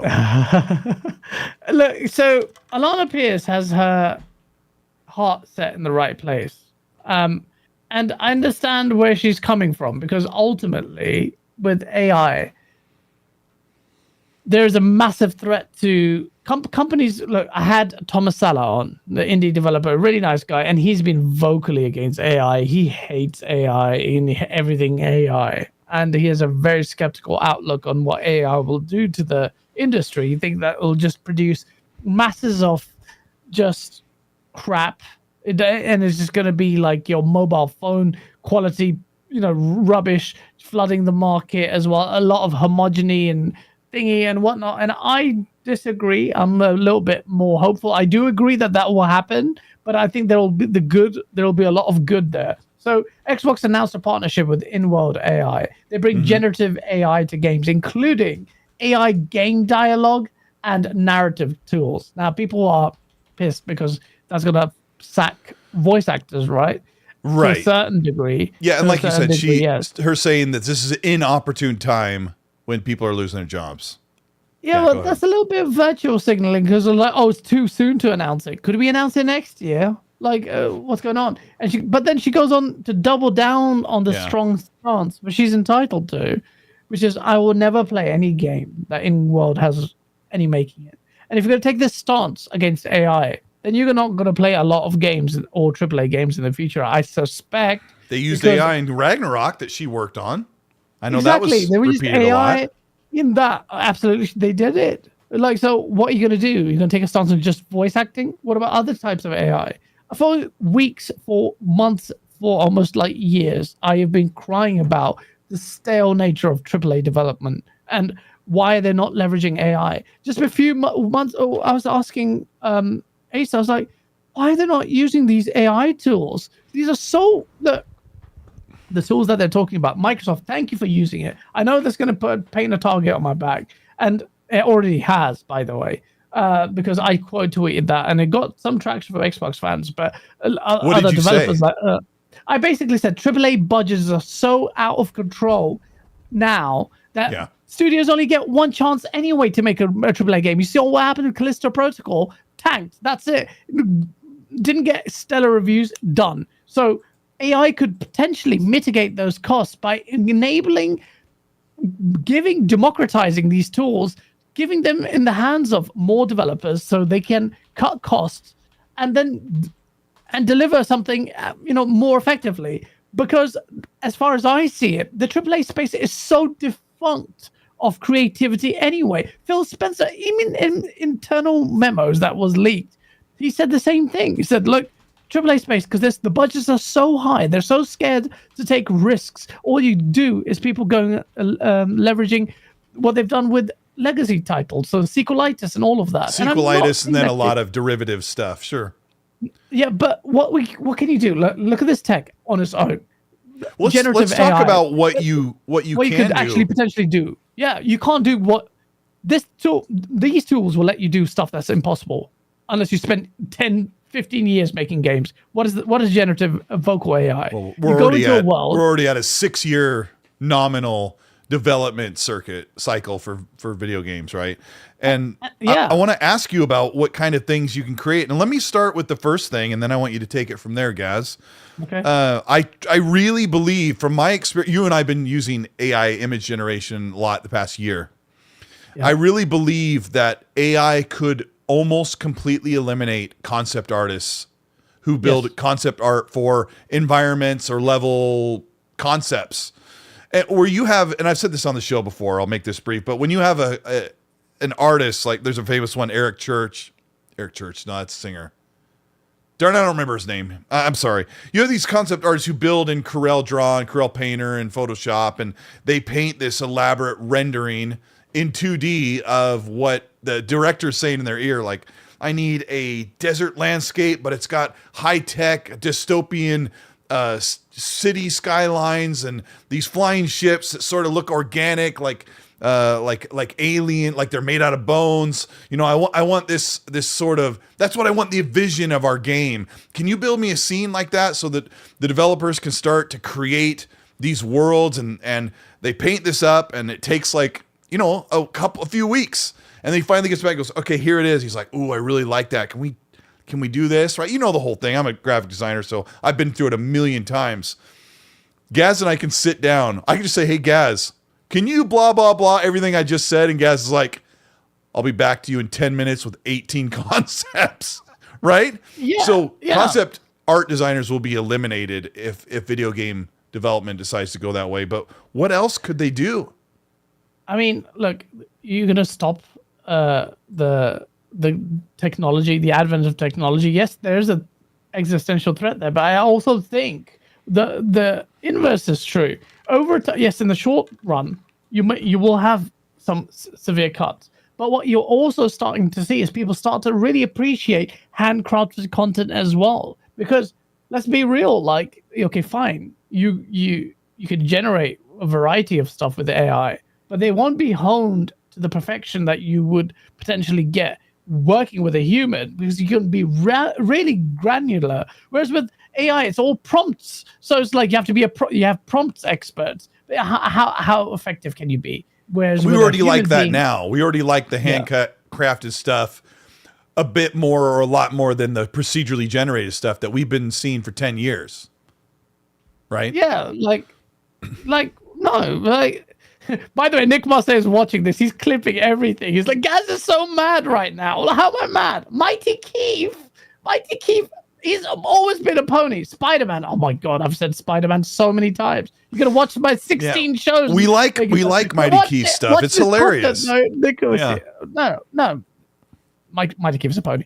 But look, Who isn't sorry, these no, days? AI talk. On AI talk, I will say this: like, this generative AI with vocal AI, like you'd have dynamic conversations with a multitude of NPCs in a game like Starfield. Now, granted, its weaknesses are the procedurally generated elements, but think about how that could be enhanced. You meet an NPC and it's like, they'll react dynamically to what you've done and what you can ask and what you can say. I want someone to take that risk. No one has done it yet. Yet you're bemoaning this technology before it's really been implemented at all. And then what are you going to do? You're going to put a ban on this tech? It's a bit weird that we're going to just completely say, no, let's not do this at all because of the moral quandary we're in. So you're in the face of this tech. You haven't even really seen it being implemented at all, really, other than some modders who have done it really well in Skyrim and stuff. And like you're just being obstructive prematurely. Did you see the Skyrim companion that was interacting with the guy in real time? Yeah, I've seen that. I thought it was very impressive. I want to go to a Mass Effect Citadel and tone it down. It doesn't have to be so fully dynamic, but I want some more reactive gameplay. Like, oh, you're wearing that armor. That's pretty cool. And you're doing this and that. And then they're going to say, oh, why are you doing that? A lot of the times I play a game and I'll do some stupid shit or I'll do something crazy. And then NPCs just like, right. Like, even at least a freaking change your expression, or I don't even get that anymore. So it's them saying like, and AI is they have to write all that stuff in. Like, if you do something way out of left field in a game and you're surprised when they react, it's because the developer's like, what if Gaz throws a wrench across the room at them? And then when you hear them respond, you know that somebody took the time to say, what if somebody does this in a non-violent or a non-combat situation? Let's write something in there. And then they'll go, oh my gosh, it's so crazy they reacted. Because we're so used to this artificial intelligence, but something that reacts in real time. Like the guy was like, hey, do you know where I can get horses, or should I steal this horse? And the AI, it's not like a 30-second wait like you do in Midjourney. It was immediate. She just started talking. Her voice is a little bit, frayed, be through the AI. It doesn't sound as smooth or natural, but it's not far off. I do understand like the skepticism of big companies and publishers taking the piss and using this strictly almost as a cost-cutting exercise. I'm not being naive to that, but the technology itself excites me. To like just push it and implement it in a further, because I don't see the creativity in the AAA space. I'm sorry, I don't. Well, and Phil Spencer absolutely hits the nail on the head. And I've been saying this for weeks, months, years. You won't be able to deny or that's weird. What? Is that Mag? You won't be able to deny it because there we go. You won't be able to deny it because Matt Booty said that they want to use it for bug testing. Like they want to be able to stress testing a game. You have people actually sitting there making sure you can't hop over a fence and fast track a level. And if you can run that stuff overnight and come back and say, hey, AI took care of this and everything's cleaned up, then that's where they're going to start. Mag, are you there, buddy? What the hell are you doing here? The Mag is in the house, baby. I just came back from America. Listen, I'm just stopping through. Hi, Gaz. How's it going, buddy? Chat, how's everybody doing? No, it's not already. The chat's already starting. They're like, is this the AI Mag or is this the real one? This is the real one. Listen, I just came back from Detroit. I just stopped in. I have to repack, and now I'm heading into the other border, the Ontario Niagara Falls border. So I'm going to be heading out there for the rest of the week. So as the lawyer on the panel already knows, it's for business reasons. So just don't worry about it, Colt. I got it all settled. All right, I have multiple passports. I have a Canadian and American passport, so they don't hassle me at the border. So it's no problem. But anyways, good evening, everyone. Like I said, I'm just passing through. I got some things I got to say tonight. I got some. Yeah, what do you have to? What do you have to say, Mag? You're here. Hi, chat. I see everybody saying hi to me. I won't be able to respond to you individually. I just wanted to. Did you guys start talking about the Game Award stuff yet, or what? We did earlier, but I would like to hear your anger and your happiness. What do you think? Listen, there's no anger. I have no issue with it. First of all, it's no mystery. I'll look right at the camera for this one. I didn't like Starfield, so it didn't surprise. Like for me, it wasn't a big deal. I was just like, okay, whatever.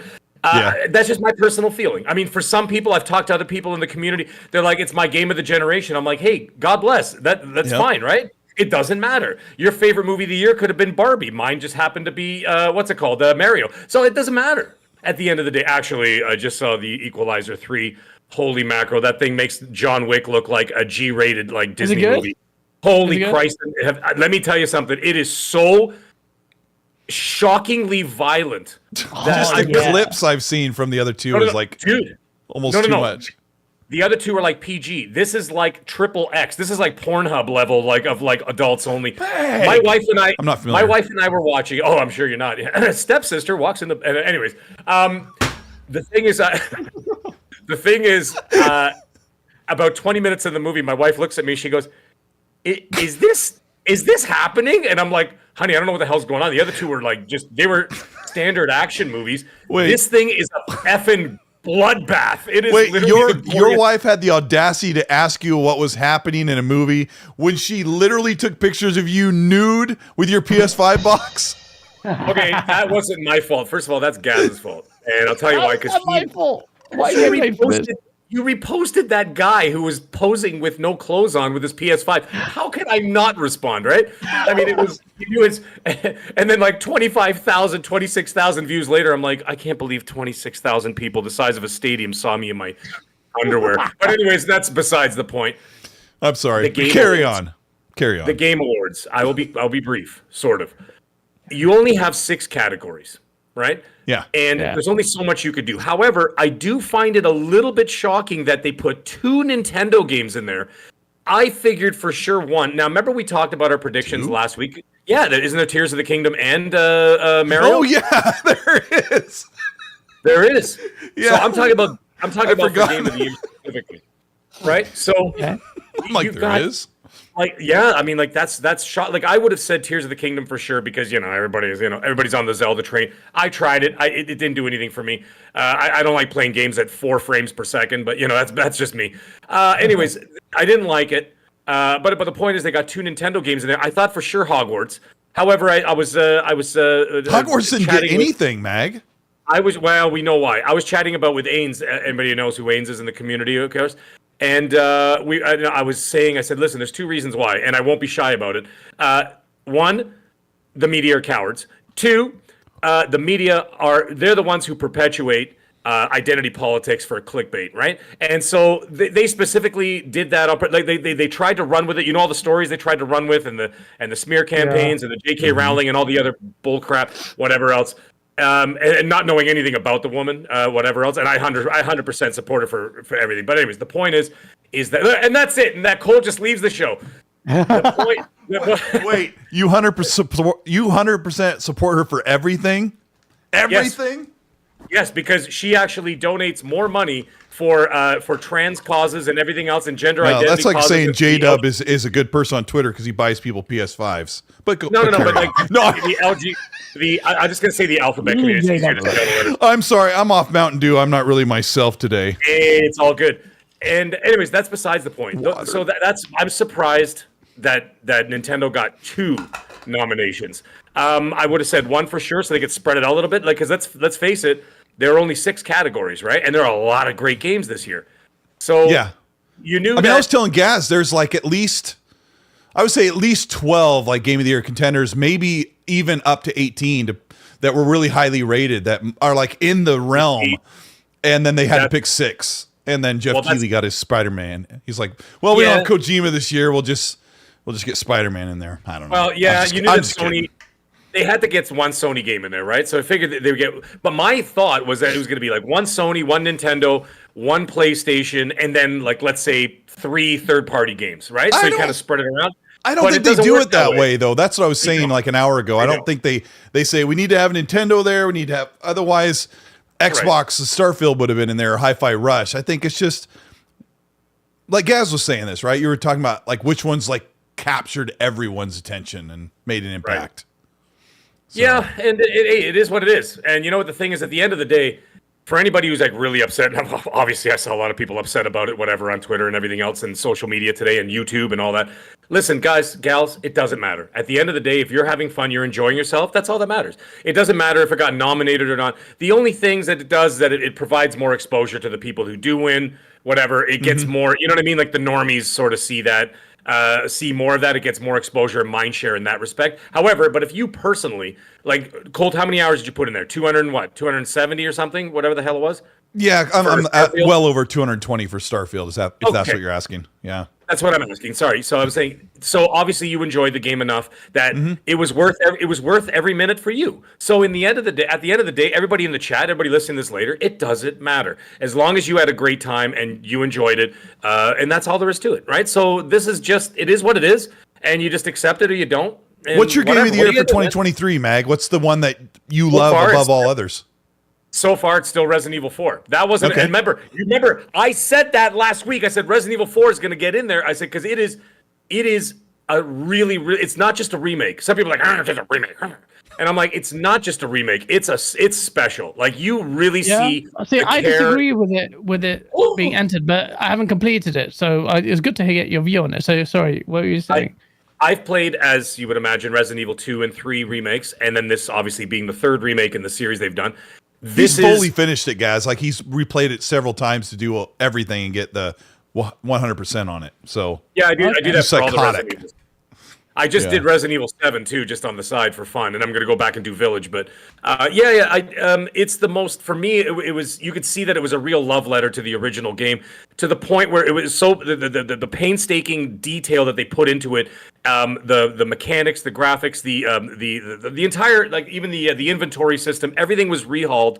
And made from the ground up to make it just so much better. And you could see it was even leap years beyond the Resident Evil 2 and 3 remakes. So for me, I've been saying it all year. Until I turn Alan Wake on, which I haven't had time. I haven't been in the country, for crying out loud. When I play the game, maybe Alan Wake 2, because from what I'm hearing, it's right up my alley. But as it stands, Resident Evil 4 was my game of the year. It's very much like Resident Evil. Hogwarts. Yes. And then very closely followed by Hogwarts Legacy, which I really enjoyed as well. But I did too. Yeah, I mean, so it is what it is, man. So hey, I like Dead Island 2 more than as well. What's that? Mag is right. Did you like you said you like Dead Island 2 more than a lot of games? Than most games I played. Like I'd put it way high on my list this year, and I know it's weird when I say it. I mean, like last year, Grounded was one of my favorites because it just meant a lot to me, and I really enjoyed it. But when Mag comes in here and just jumps in the show without an invite, he's not allowed here anymore. And he's like, hey, whatever you like is what matters. That's all that matters. It's kind of hard to get past that argument when people are sharing the game of the year chart, the vertical chart that shows where Xbox has never, ever stepped foot in there. But if you're having fun with Xbox, you're having fun with their games, the ecosystem, Game Pass, whatever you're into, or third party, whatever, it doesn't make a difference at the end of the day, as long as you're having a good time. Now, there is something that is important. And the one thing that is important is that Xbox has to continue to grow the ecosystem and their mind share for two reasons. One, because if you are enjoying yourself in that ecosystem, if you want it to continue, they're going to have to get better. And they're going to have to, you know what I'm saying? So they're going to have, and of course, you know, the ABK deal and everything else, and obviously the ZeniMax deal, that is obviously part of their strategy. Although I think that there are other reasons why they did that. I think that, for me, I've already said it, I think that that's a fail-safe. And the reason why I say that, if all else fails in this world and everything goes to hell, at least in the very end, they could still be a third-party publisher of the biggest IPs in gaming outside of Take-Two. No! Everyone's like, please, Xbox, please go third-party, please. I'm like, why? Why do you need... I know why, Mag. Listen. They want Xbox games on their PlayStation so bad. Well, you know what the thing is, though? You're also getting the games right now. I'm not saying that's going to happen, by the way, before everybody loses their minds. I'm just saying that it's a fail-safe. You do not put like almost $100 billion into something without having a plan B. Okay? And I'm not talking plan B like, you know, after a raunchy date. I'm talking about a corporate plan B. Okay? Oh, honey, don't worry. You'll only be sick for 2 hours. Just take this pill. Mag! I'm not familiar. But Gaz, what is plan B? What do you think Xbox's plan I'm B not going to is? explain this magical pill to No! you. Will it help me lose weight? Did you wash your PS5 today?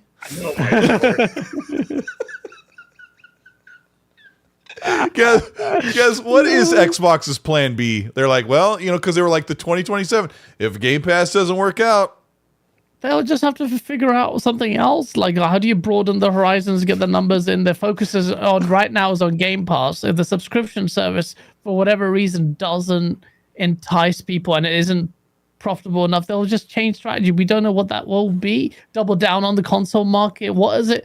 What will it take for Microsoft to become a serious player? They are a serious player already, but obviously they have certain targets to hit. The advent of a $70 billion deal that adds pressure. Right now, their focus is on PC, on mobile as well. So they're broadening their horizon, getting the subscription numbers in.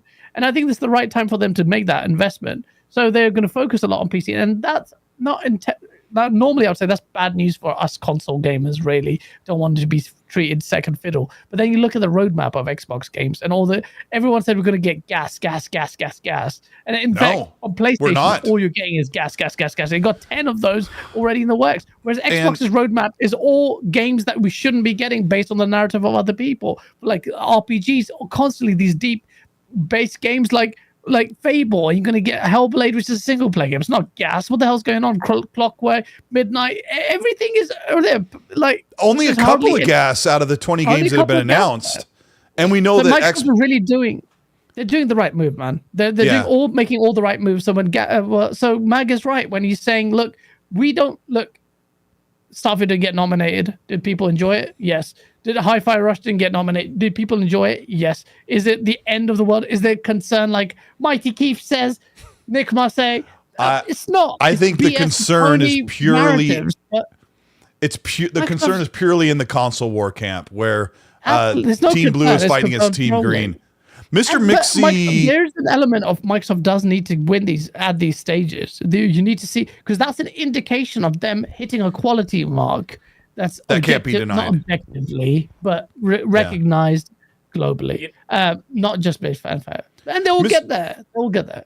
Mr. Mixie Pit Talk. I'm sorry if I didn't get that name right, but they said that's funny. Fawn's calling my phone right now. He says, I'm sick of hearing Xbox needs to do better when Xbox is doing better.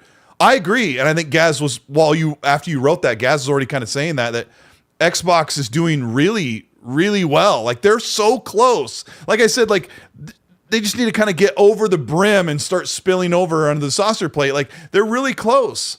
And there aren't really that many complaints when you look at the roadmap and you look at the games that have come out, even this generation. They haven't had these big blockbuster games, but the games have done really well. And I'm mostly really happy with where Xbox is going. I'm actually really happy with where they're going. I just need to see a couple of genres hit, and I'm good. And we're not saying that, right? 2021, they won Publisher of the Year. Right? They were awarded Publisher of the Year, and that was a step in that was not only a step, that was a big step in the right direction of where you need to go, because it's not about that last comment you were saying. It's not about that. It's not about sick about hearing them. They need to do better. It's about expanding to a broader audience is what we're getting at. That, you know what I mean? Like Game Pass cannot sit at 30 million people forever. It needs to double, it needs to triple, it needs to quadruple that. And in order to do that, that's what we're talking about.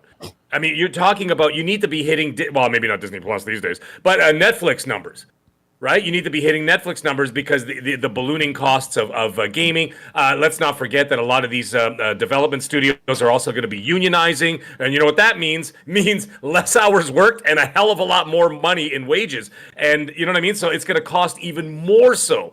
And therefore, they need to expand. That's all we're trying to say. They need to expand to a broader audience. They are getting pummeled in Europe, right? And they need to get over there. And I mean, if you actually look at North America, it's pretty even.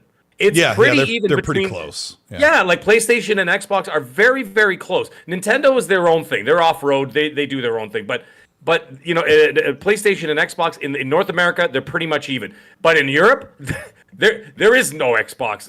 They need to get out there and expand that market and get people in there into that subscription service. They're doing everything in the right direction. So when we mean they need to do better, they don't actually need to do better in terms of quality. They need to do better in terms of broadening the ecosystem to more people. That's all I'm trying to say. Yeah, and that's what they're doing. That's the whole purpose behind this acquisition, is broadening it, and it will do that.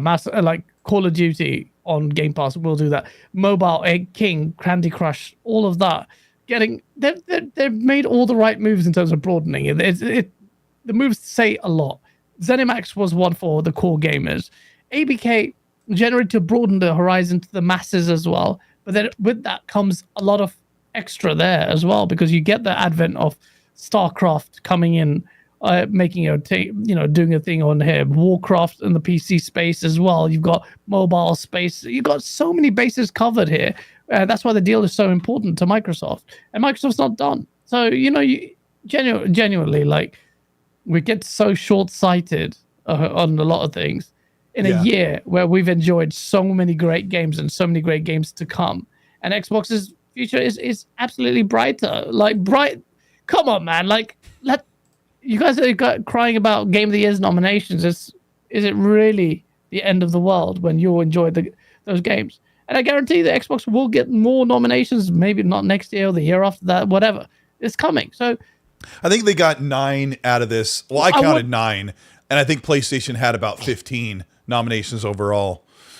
So they're not that far behind. No, that's not that big of a deal. What's that? Yeah, Spider-Man, Spider-Man was the only game they had.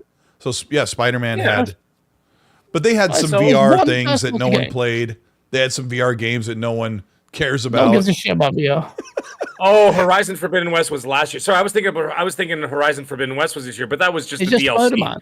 It's just Spider-Man. But they had some other deals in there. The Burning Shores came out, but that was just a DLC. So yeah, never mind. Okay, and then they had third-party deals, right? Forspoken and Final Fantasy 16. Yeah. So essentially, you're right. What are they getting first party next year? Like, what is PlayStation getting first party? Who the hell knows? But Concord, I'm sure Helldivers, Stellar Blade, stuff like that. That's not first party though.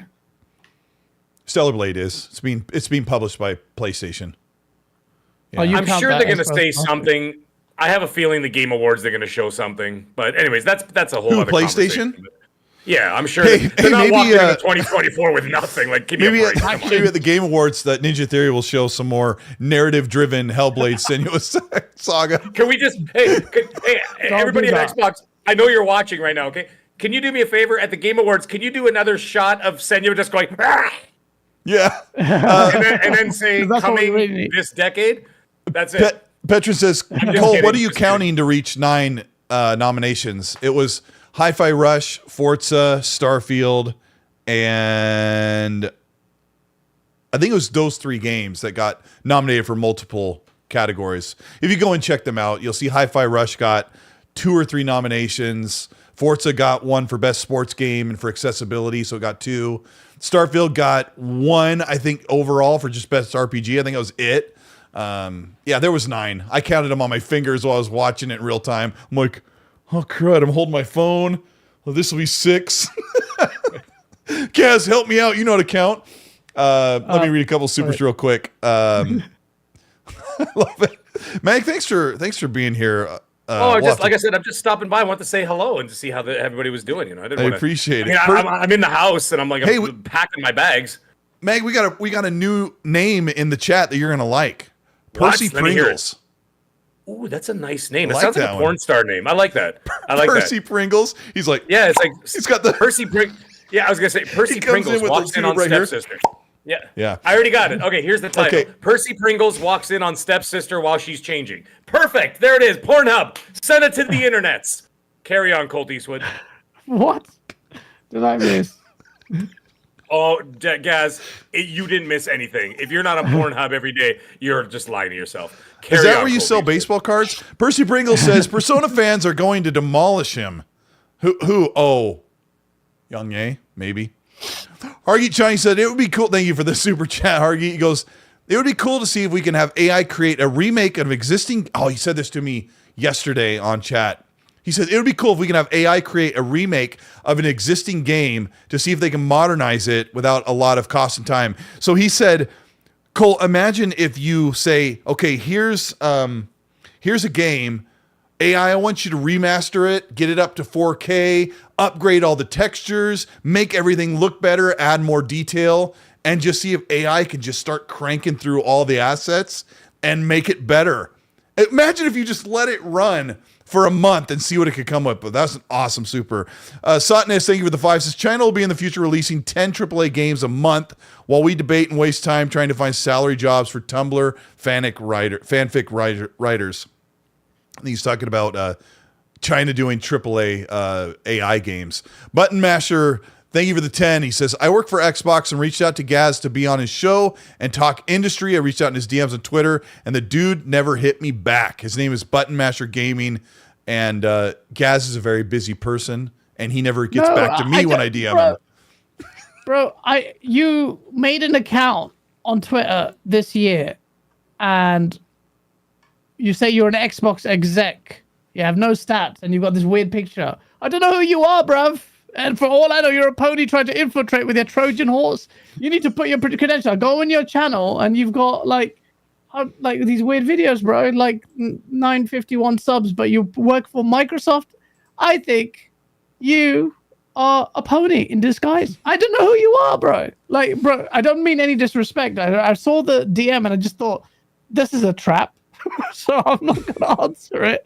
But listen, post your credentials on it. Don't use a little CGI cartoon face, and then I'll do. But I'm not hankering for Xbox developers to come on my show. What is it that you want, like, to talk about? Like, let me say on Gaz's behalf that I know he is hilarious and he goofs around, and you know he'll stab somebody with a fake knife on a video for fun. But one thing he is thorough and tries to be professional when it comes to dealing with other people and working with them, getting them on the show.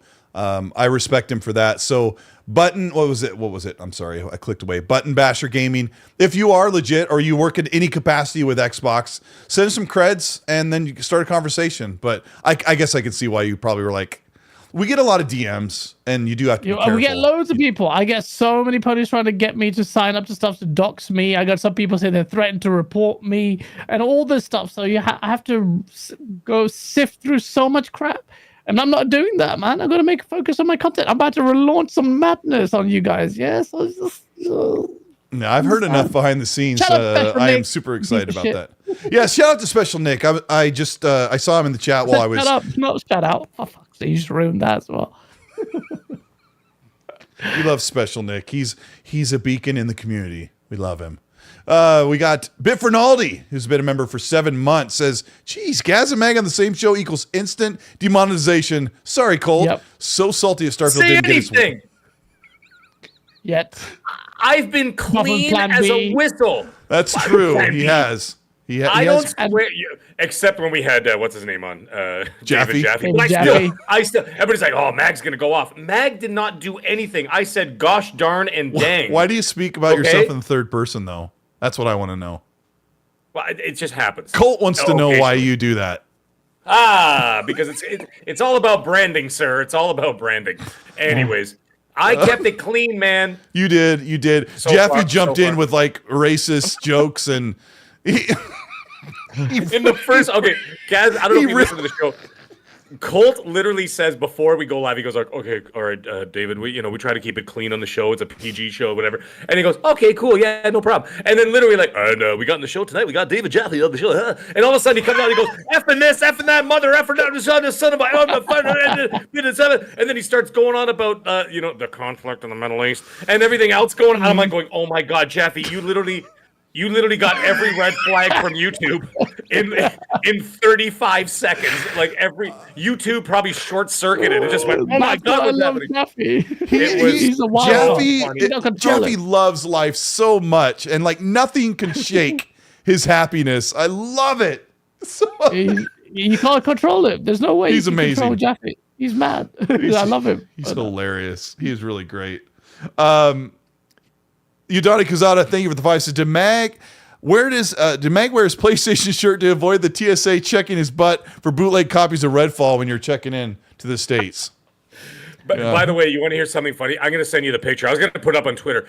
So I'm at the Metallica concert last night, and the lead guitarist Kirk Hammett, he comes out, and I mean, he was wearing one shirt at one point, then he went and did like a costume change, and he came out with another shirt, and it was a PlayStation shirt, right? And it said PS. No, hold on. So I took a picture of it because it went up on the big screen, and I took a picture. I'm like, oh my god, even Metallica's even Metallica are full of ponies. I was gonna make a joke, but then I zoomed in on the picture, and the PS, which is exactly the PlayStation logo, and it said instead of PlayStation, it said "Pray to Satan." Nice, Gaz. You need to order that shirt.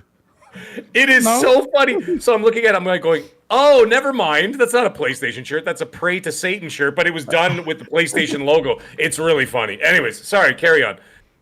That was a funny super chat, by the way. Thank you. I wish I could. I would like to see Metallica. That's awesome. Metallica was amazing. That was a bucket list show for me because I've never seen them. I've seen everybody on planet Earth, every band you could possibly think of, from every genre of music. Yes. That was a Static festival, X? though. So who? I know Static X is a bit. No, I didn't. No, not them. Okay, well, not everybody on Earth, but you know what I'm saying. Anyways, this was something special. It was something special. Did they play For Whom the Bell Tolls? I have an excellent video I posted on Twitter of it. Yeah, and then really? the screens. Oh yeah, I posted it. You can check it out. Yeah, it's pretty cool. They don't do the same songs, right? Because they play two nights, and you have a choice of buying. You have choice of buying tickets for either night, or both nights. And so they play one set list one night and a completely different set list the other night. So yeah, it's pretty cool. They don't repeat any songs, so it's pretty amazing. Wild. Yeah, it was pretty Hetfield cool. is he's incredible, and I've come to really appreciate him later in life. He's an amazing guitar player, an amazing singer. He's what, 60 now? He's almost 60, yeah, somewhere around there. Yeah, and he's oh my gosh. Oh, dude, they thrashed for 2 hours straight without even taking a break. It was unbelievable. At only one point, I think, like James walked off the stage to go, and he was high-fiving fans while they were doing like a little bit of a solo or whatever. So he didn't leave the stage. He was just high-fiving people and still going around. And then he picked up the guitar and then went into the next song. It was unbelievable, man. And the opening band, Five Finger Death Punch, I don't really know them that well. Yeah, but they had a couple were hits. Vicious. Yeah. So anyway, sorry. Back to gaming talk. That's so cool.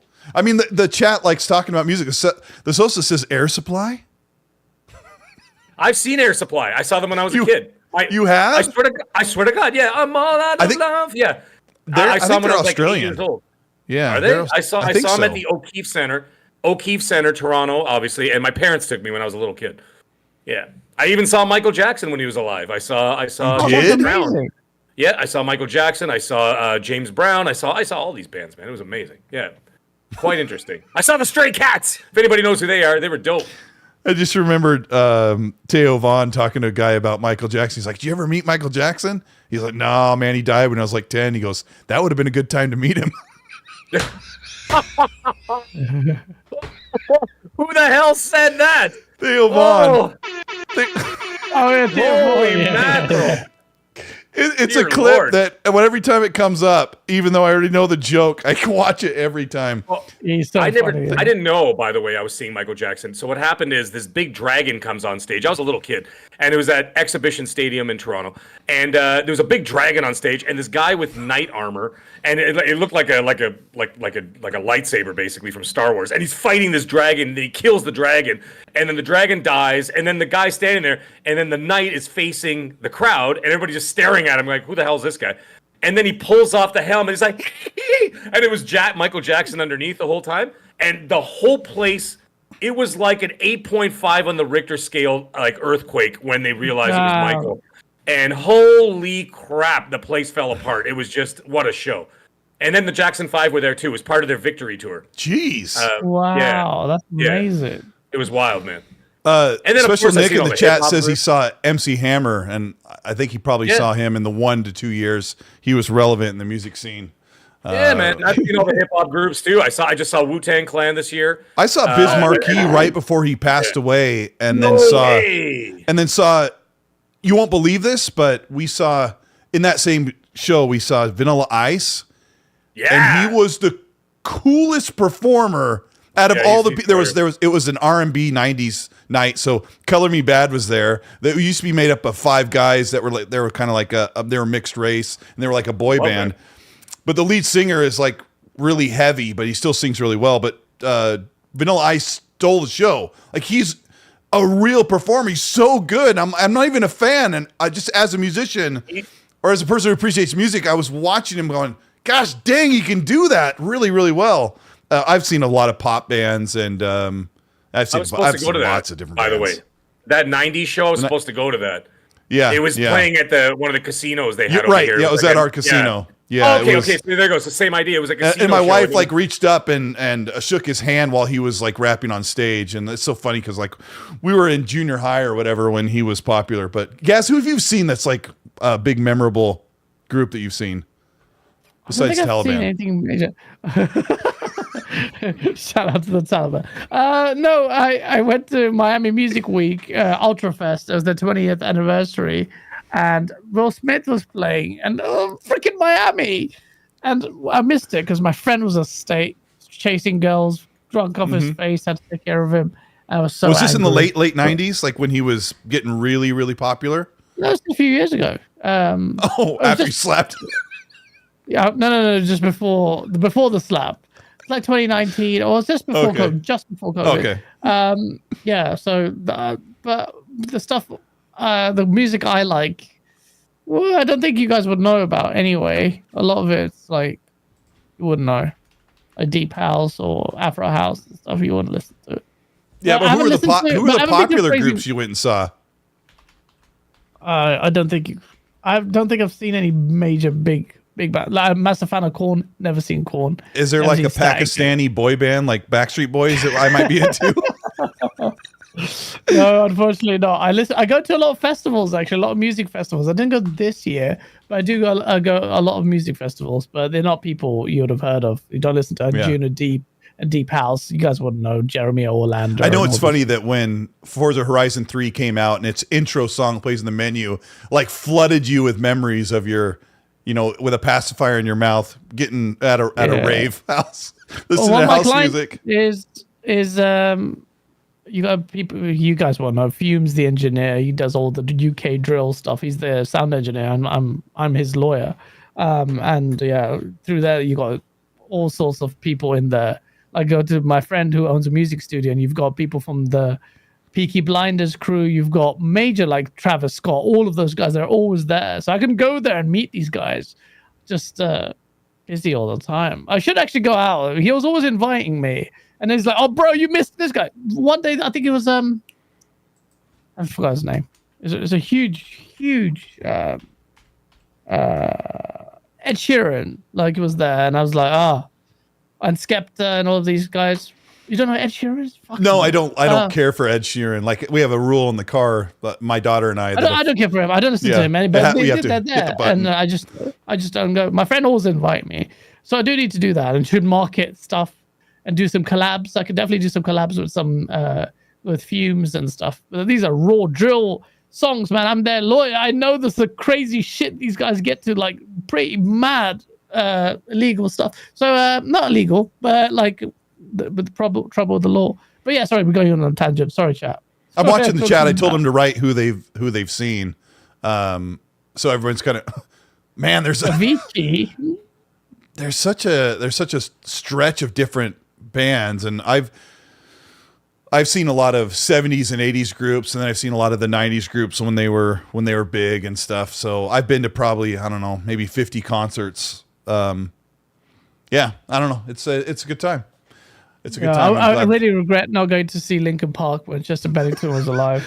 Kurt 5150 says, "I wish I would have seen Gerardo back in the day. He sang Rico Suave. I like him. I just added him to my 90s mix, actually. I'm not even joking.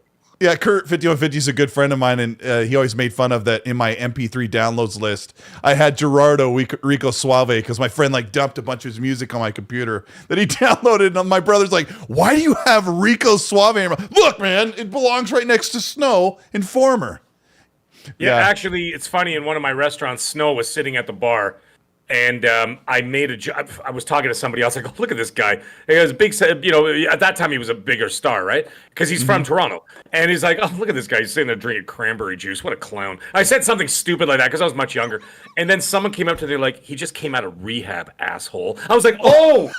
I'm like, I am so sorry. You're like, I poured some vodka into his cup when he was looking the other way. Ah, dang it. I had no idea. No idea he was in rehab, and I was just like, "Oh my god, I feel like." Did you walk up to him and say, "Lick you boom boom now"? That's what you should say.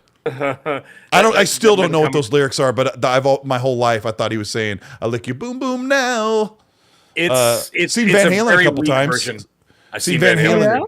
Yeah, I've seen Van Halen with David Lee Roth in the 2015 era, and like he lost his voice like the next year. Like the second time we saw him.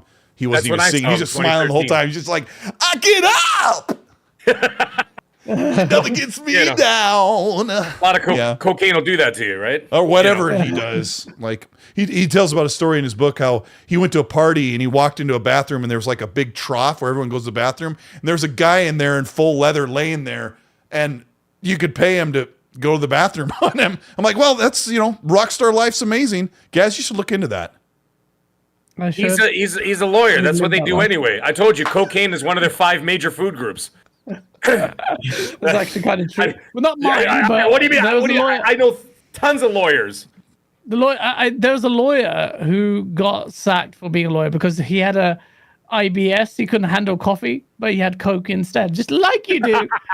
He got lost his life. But doesn't Coke give you diarrhea anyway? I don't know. I've never tried that. I mean, it smells really good, but I hear it gives you really bad. Does it have a smell? All I know is that whenever I hang out with lawyers somewhere, all I know is that eventually they go like, yeah, I gotta go to the bathroom, and they come back and like, hey, man, we should go to the. I'm like, dude, what the hell just happened? Why are you so jacked up? And I'm like, oh, never mind. Gaz has like it's so bad. It's so bad in London. Gaz has like 3 videos where Jim Ryan has Coke all over his face.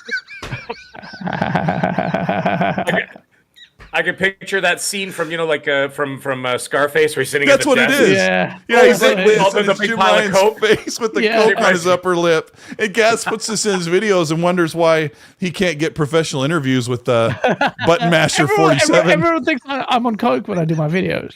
Everyone thinks that. Man, I'm just having coffee. A lot of people think that too with me. I don't even drink coffee. Your very first sauce video, you had the camera like right in my pores. Like so close, like it was like right up your nose, and you were like, and I was like, bro, your camera is so like even on my phone, you're so huge, and you're like, should I move it back? I'm like, no, I like it. Let's leave it. It was good. Yeah, thanks for that. I have to run, boys. I have to get going.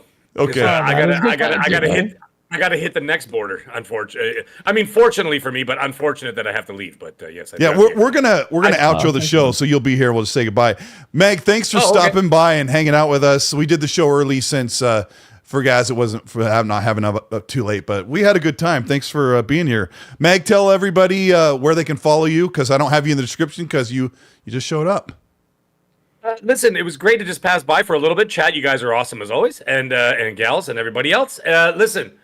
You can follow all my new and nude content. You can follow it all on Twitter X and on TikTok. That's where I do all my stuff. I don't put anything on YouTube because they will literally ban me instantly. So, yeah, that's where you can follow me and you can see all my fun stuff. I've been up to a lot of hijinks over the last couple of weeks. I dropped 2 videos. I dropped, of course, some scantily clad photos the other day, which were very popular, and some other thoughts about the Game Awards and things like that. So, and of course, you'll see me back in the chair here next week. I'll be here. So, guys, awesome. It was a pleasure, brother, to hang out with you for a little bit. And Colt, of course, you guys have a great week. I got to get going. I'm going on vacation, so I will see you all next week. Okay, guys, have a good one. Thank you. Take it, man.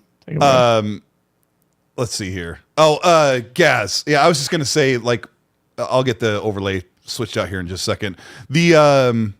The first time we had Mag on was so fun. Actually, I don't think I can get him. Yeah, he came on later when my energy levels had just dropped. Oh, I know.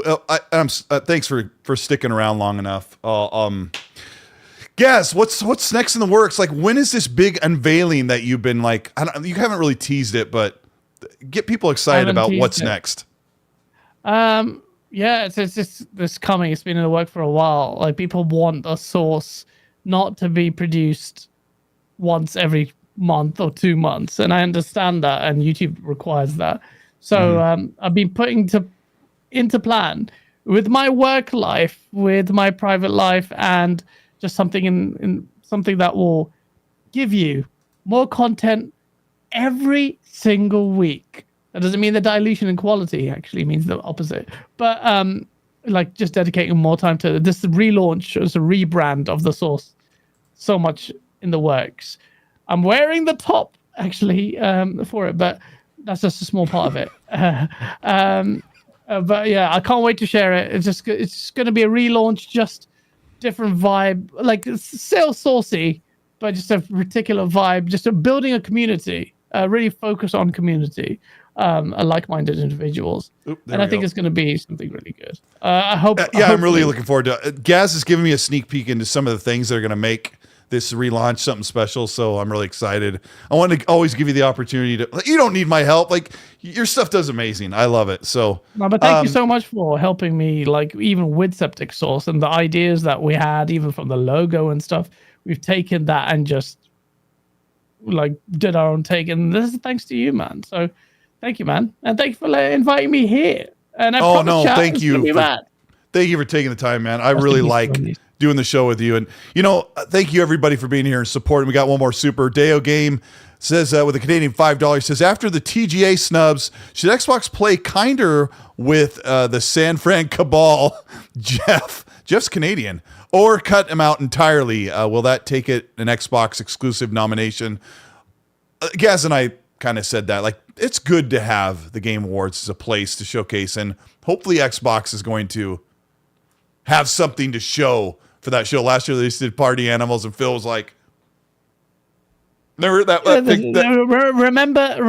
last year, chat. Like, you got great games. They didn't win the coveted game of the year, but you got Hi-Fi Rush, you got your Starfield, you got your Forza, and you're gonna get that kind of cadence again. To me, it's a good year.